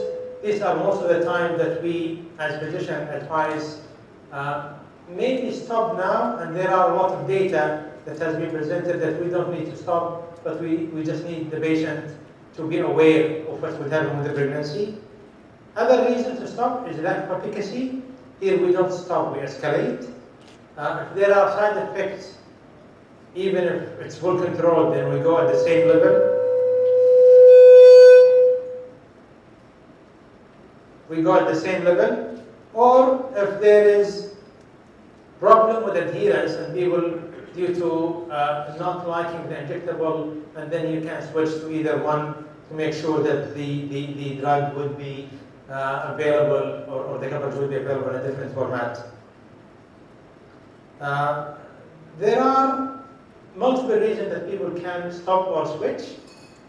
The most one which we go on with switching, if there is suboptimal response, then we usually go for higher efficacy medication. If there is disease instability, which is the last one, then we go for escalation. Any other things, we could go for only switching or going for the same level. When Dr. Reem did talk about the classification or the subtyping of disease from active to highly active, now with the availability of medication, we as well have divided them into high efficacious medication or the usual or line one medication that we use. And usually, if there is intolerability, if there is lack of adherence, if there is some serious adverse event, if there is some issues with the coverage from the insurance changes or due to cost, then we go on with re-switching within the same efficacy strength of the medication. If other things, then we go on and maybe escalate. Pregnancy is a different issue which has been covered nicely, and then I'll just mention a few points on it. The question that maybe I'll ask you now, do all patients with multiple sclerosis or at high risk for MS need to begin disease-moderating therapy? At risk, let's agree. No, at risk does not mean that you get the diagnosis and you don't need to be treated. But if you get the diagnosis, whether it's very mild or something, would you go on and treat any patient? With hand, who would treat? Any patient that gets the diagnosis from this? I'm sorry? You had one attack, you fit in the McDonald's criteria. MS, once we say MS, it's McDonald's. Fitting the McDonald's criteria, everybody would treat. Well, that's what you think, but sometimes people, and we have been talking, some people who come in with mild symptoms, either the physician or the patient would be really reluctant to start something. We don't usually recommend it because nobody can predict what would happen with the lack of any, let's say, factor that would help us, whether it's something that we can depend on clinically or by laboratory. Then what we do, we have collective of symptoms, which is the location of the lesion, symptoms, type of symptoms, age of the patient, sex of the gender of the patient, and then we can tell, well, maybe the chances are high or low for recurrence, but generally nobody would know as well without really having any biomarkers that will depend on saying that there is activity or not. It would be really difficult to say for some patient that you are MS, but we will advise you not to be treated. Usually discuss it with the patient, and the patient will take the decision with all the rest with it.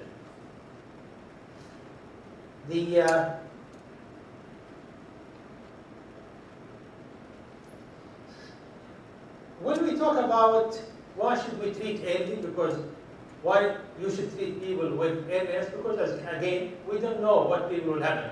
But sometimes we know that if we delay treatment, some people will really rise up quickly to the stage of, by definition, we don't know or how to define secondary progressive disease. Some people will say that secondary progressive disease is anybody who reaches ADH score 4. Some people say, well, no, it's really accumulating disabilities with certain factor and the disability between 2 and 3. But there is no clear definition of really what is the MS patient that is going to be a secondary progressive. And now, with the change of the way that we are looking for MS, we always have clear goals, which are decrease disability, decrease relapses, and prevent MRI changes. However, it's not always that we are able to prevent disabilities as it progresses slowly over many years. And usually, people will be just accepting dropping in their ADH score every visit by 0.5 to the point that they will be, you see the MRI, there is no new lesion, there is no history of relapses. However, the patient has been losing some of their day-to-day activities, and they are much more dependent, more fatigued, not really performing good at house or school. And these would make it really difficult to decide. And since we don't know this, it will be the same as well, whether not to treat or to treat somebody. It will be much more easier if they have a relapse. But again, if there is no relapses or no changes, then we would need really to look into what is effective medication to make sure that the patient would not go. And the same principle that we look into really changing or escalating medication to make sure that they are compliant, is mostly to try, and because we have accumulating data that with the presence of disease-modifying therapy, we were able to alter the natural history of the disease. كان بخير مو موجود هنا لكن هو الوحيد الأثري, and he was at a time that there are no treatment for MS, and he would actually I was as well at the time. There was no as well treatment, and we would see patients really accumulating disabilities, and only we treat them when they have relapses until the medication came along. The much more difficult question is if you have somebody stable, would you stop the treatment and say, well, you reach a stage or an age that we think you are now immune about the problem and we can stop? Again, there are no data to tell you what to do. Do we practice it? And sometimes we just leave it for the patient. Usually, if you get somebody who is above 55, has been stable for many years, you just tell him that information and then tell him. Some people do stop, but I usually do not stop. Although I did stop few patients. Actually, last one we stopped was last clinic, which was last Wednesday. She has been on 3 for almost 9 years, multiple MRI, and last MRI is really stable, functionally good, ADH score 0.5, and she looks good. But the plan is some people will say, well, I need to stop, but do we have any evidence for it? Until now, no.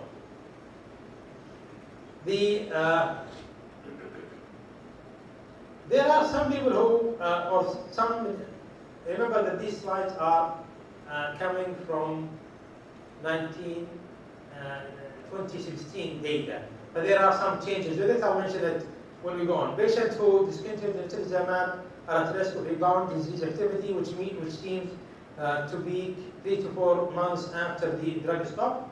This is true for both natalizumab as well as fingolimod, and usually we even don't wait for 3 to 4 months because most of the relapses usually happen within 8 weeks and more. I usually just waiting for the relapse to happen. Usually if they pass the 4 months, the chances are less, but it could start from the, but if your patient is planning to stop and switch or doing anything, you need to take the washout period between medication, and there are good schedules that will come out from the guideline that tell you when you are switching what and when to stop.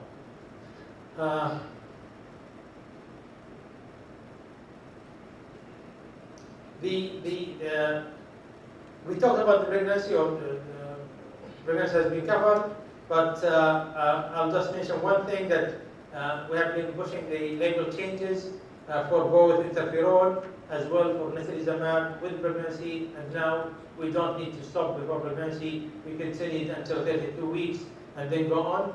There's again one stop or one changes on the fingolimod. Actually, the label that came in EMEA actually said, well, fingo should be avoided in young lady with potential getting pregnant if there is no strong contraceptives, because we know that there are two risks: the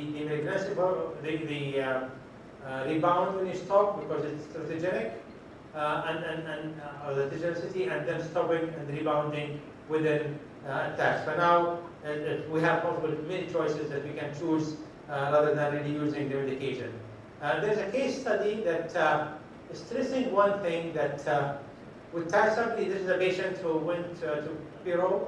They think they selected Peru because there's usually people go to hiking and mountains and so on, and she left her medication, and then she called her physician to say, well, I'll be there for 2 weeks.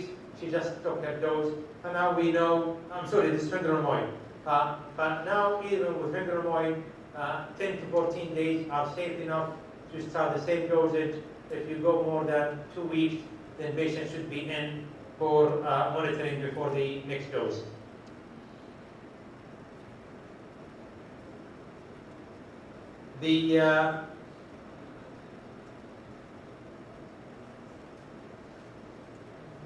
I did mention something about secondary progressive MS, and I did at the beginning. We talked about a patient who, whether we treat or not treat because it's a mild, and since we don't know whether they will progress or not, as well stable patient, it's not really clear when to stop them. We talk about that, but do we have any data or evidence that our medication or starting medication or people being in medication that did reduce or change their natural history of disabilities? The data has been accumulating to show that we have been doing something with those medication, and we did change the natural history of the disease. Currently now there is one drug that came out for secondary progressive, because if you look at the majority of people who are living with MS, we see a lot of young people, which is just now relapsing remitting, but high percentage of those patients, up to 60%, is going to be progressive form of the disease. And eventually, even with delaying it, but they continue to progress, and that's what we are afraid of. And the more we get of accuracy, the more really we change the concept of disability. There has been multiple issues to trial with fingolimod, Tysabri, and others to look into. They are effective, as well as rituximab, if they are effective in secondary progressive MS. And nothing really came out until fingolimod has been released recently this year that it's effective in secondary progressive, and the label of the US give it the secondary progressive as well as relapsing remitting. They give it almost the fingo label plus secondary progressive. And cladribine was presented for the highly active disease, and the label give it for primary, highly active as well as secondary progressive. But we don't have truly data to support in real life to support the use of cladribine in the secondary progressive form. Let me just show you these are the platform of therapies that we have been seeing. The injectable, which was the first line we used for a long time, we were not sure that they have changed the progression to secondary progressive. If you are living on the early 2000, mostly the betaferone showed one trial only, which was not indicated that it has some efficacy on secondary progressive. And then we start to give it the advantage over the others, or the people who are going to change into it. Then the second wave of fusion came, mostly the oxytocin and tisabri before the other comes on, as well as the oral. And looking into what has happened with the time that we have been using this medication, we think we did change the natural history. And there are two things. If you look into, there is one study looked into changing to secondary progressive, and they compared people who were not treated and people treated with anything. And there was a difference that people who are treated, the secondary or the percentage of people changing secondary progressive has been reduced. And we learned from the time. We initially, if you don't know, for the people in the back, we used to have 2 attacks in 1 year to start interferon. In the past, we were really reluctant to start treatment. Now we start from the first time. But the data that we learned that early treatment is really important to reduce the progression and to achieve much more goals. And that's why as well, with the accumulating data, we have seen that McDonald's has been really changing and becoming much more lean to really push people toward MS to allow them to be covered by insurance and by payer to get into the medication, because we know early medication has an impact on the natural history of the disease. And there was a poster that was published in ECTRIMS, not this year but last year in France, and it showed that if you go with the years and the medication introduction, and you could see with the percentage in the last column that the percentage of people really going, and here the definition of ADS score of ADS score 6, which is usually it would be secondary or even more. But you could see that we have been really preserving more and more and reducing disability with time. The last thing I'm going to show is the same study that I showed you, which really, if you look into a main paper came into the brain a few years back. Actually, it's this one by John Rosen, which is really looking into the definition. And they have tested 5 suggested definition of secondary progressive MS, just to see which one would fit. And they took something that maybe would be acceptable, which is really not going to 6, and not really accepting as 4, because now sometimes you get people who get relapses and they may be stable with a major impact on their ADS score, but they are not yet secondary progressive. But they accepted a definition which is maybe reduce the bias to the minimum, and with that, there was a clear difference that people treated with medication were less than, slightly less than the one untreated to go to secondary progression. And then the most paper actually confirmed that we have been changing the natural history. It's an evidence level 4, but it came from the MS-based review when they looked into the impact of treatment, and they compared multiple to see if changing with the first line compared to low efficacy medication compared to high efficacy medication, and the chance to switch, or the people will go into secondary progressive. And there was a clearly in both the fingermoid, tisabri, as well as the third one was, I think,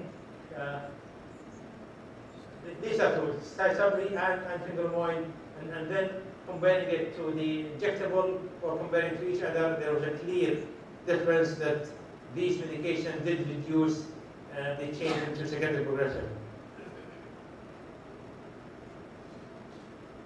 And maybe I have stressed on this, but now identifying our goal to really say, well, our drug has been active, we took it simple from the beginning of reducing number of relapses.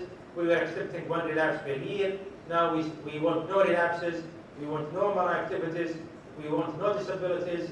Now we are looking for something more, which is no progressive disability, no really changes as well-being. But now, not really percentages of either one.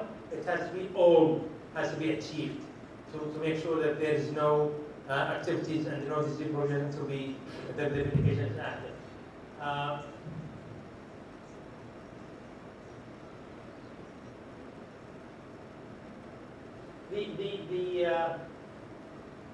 The other one is really to strategies that would help patients with functional symptoms, the multiple sclerosis, to come from multiple sclerosis to improve their function. They think that as well has been covered on previous talks. I'll stop here, and if there's any questions. Thank you, Mohammed. Well, I'm sure you will agree with me. This is a highly active meeting, or maybe highly aggressive meeting. I think this last talk is really need to be discussed more, and I wish we discussed more, because in Saudi Arabia there's a lot of treatment inertia. You know, when to switch, what time, and what medication. Still, there's a lot to be done, and I hope the advisory group, the Ministry of Health, the Saudi, what do you call it, FDA, they help us, because time is money. Once, as you mentioned, type 1 and type 2, if you lost, power or sensation, that's it. You give them the strongest indication, they will not come back. So I think our job now is not only to diagnose, also to be proactive. And the neurologists usually not very proactive.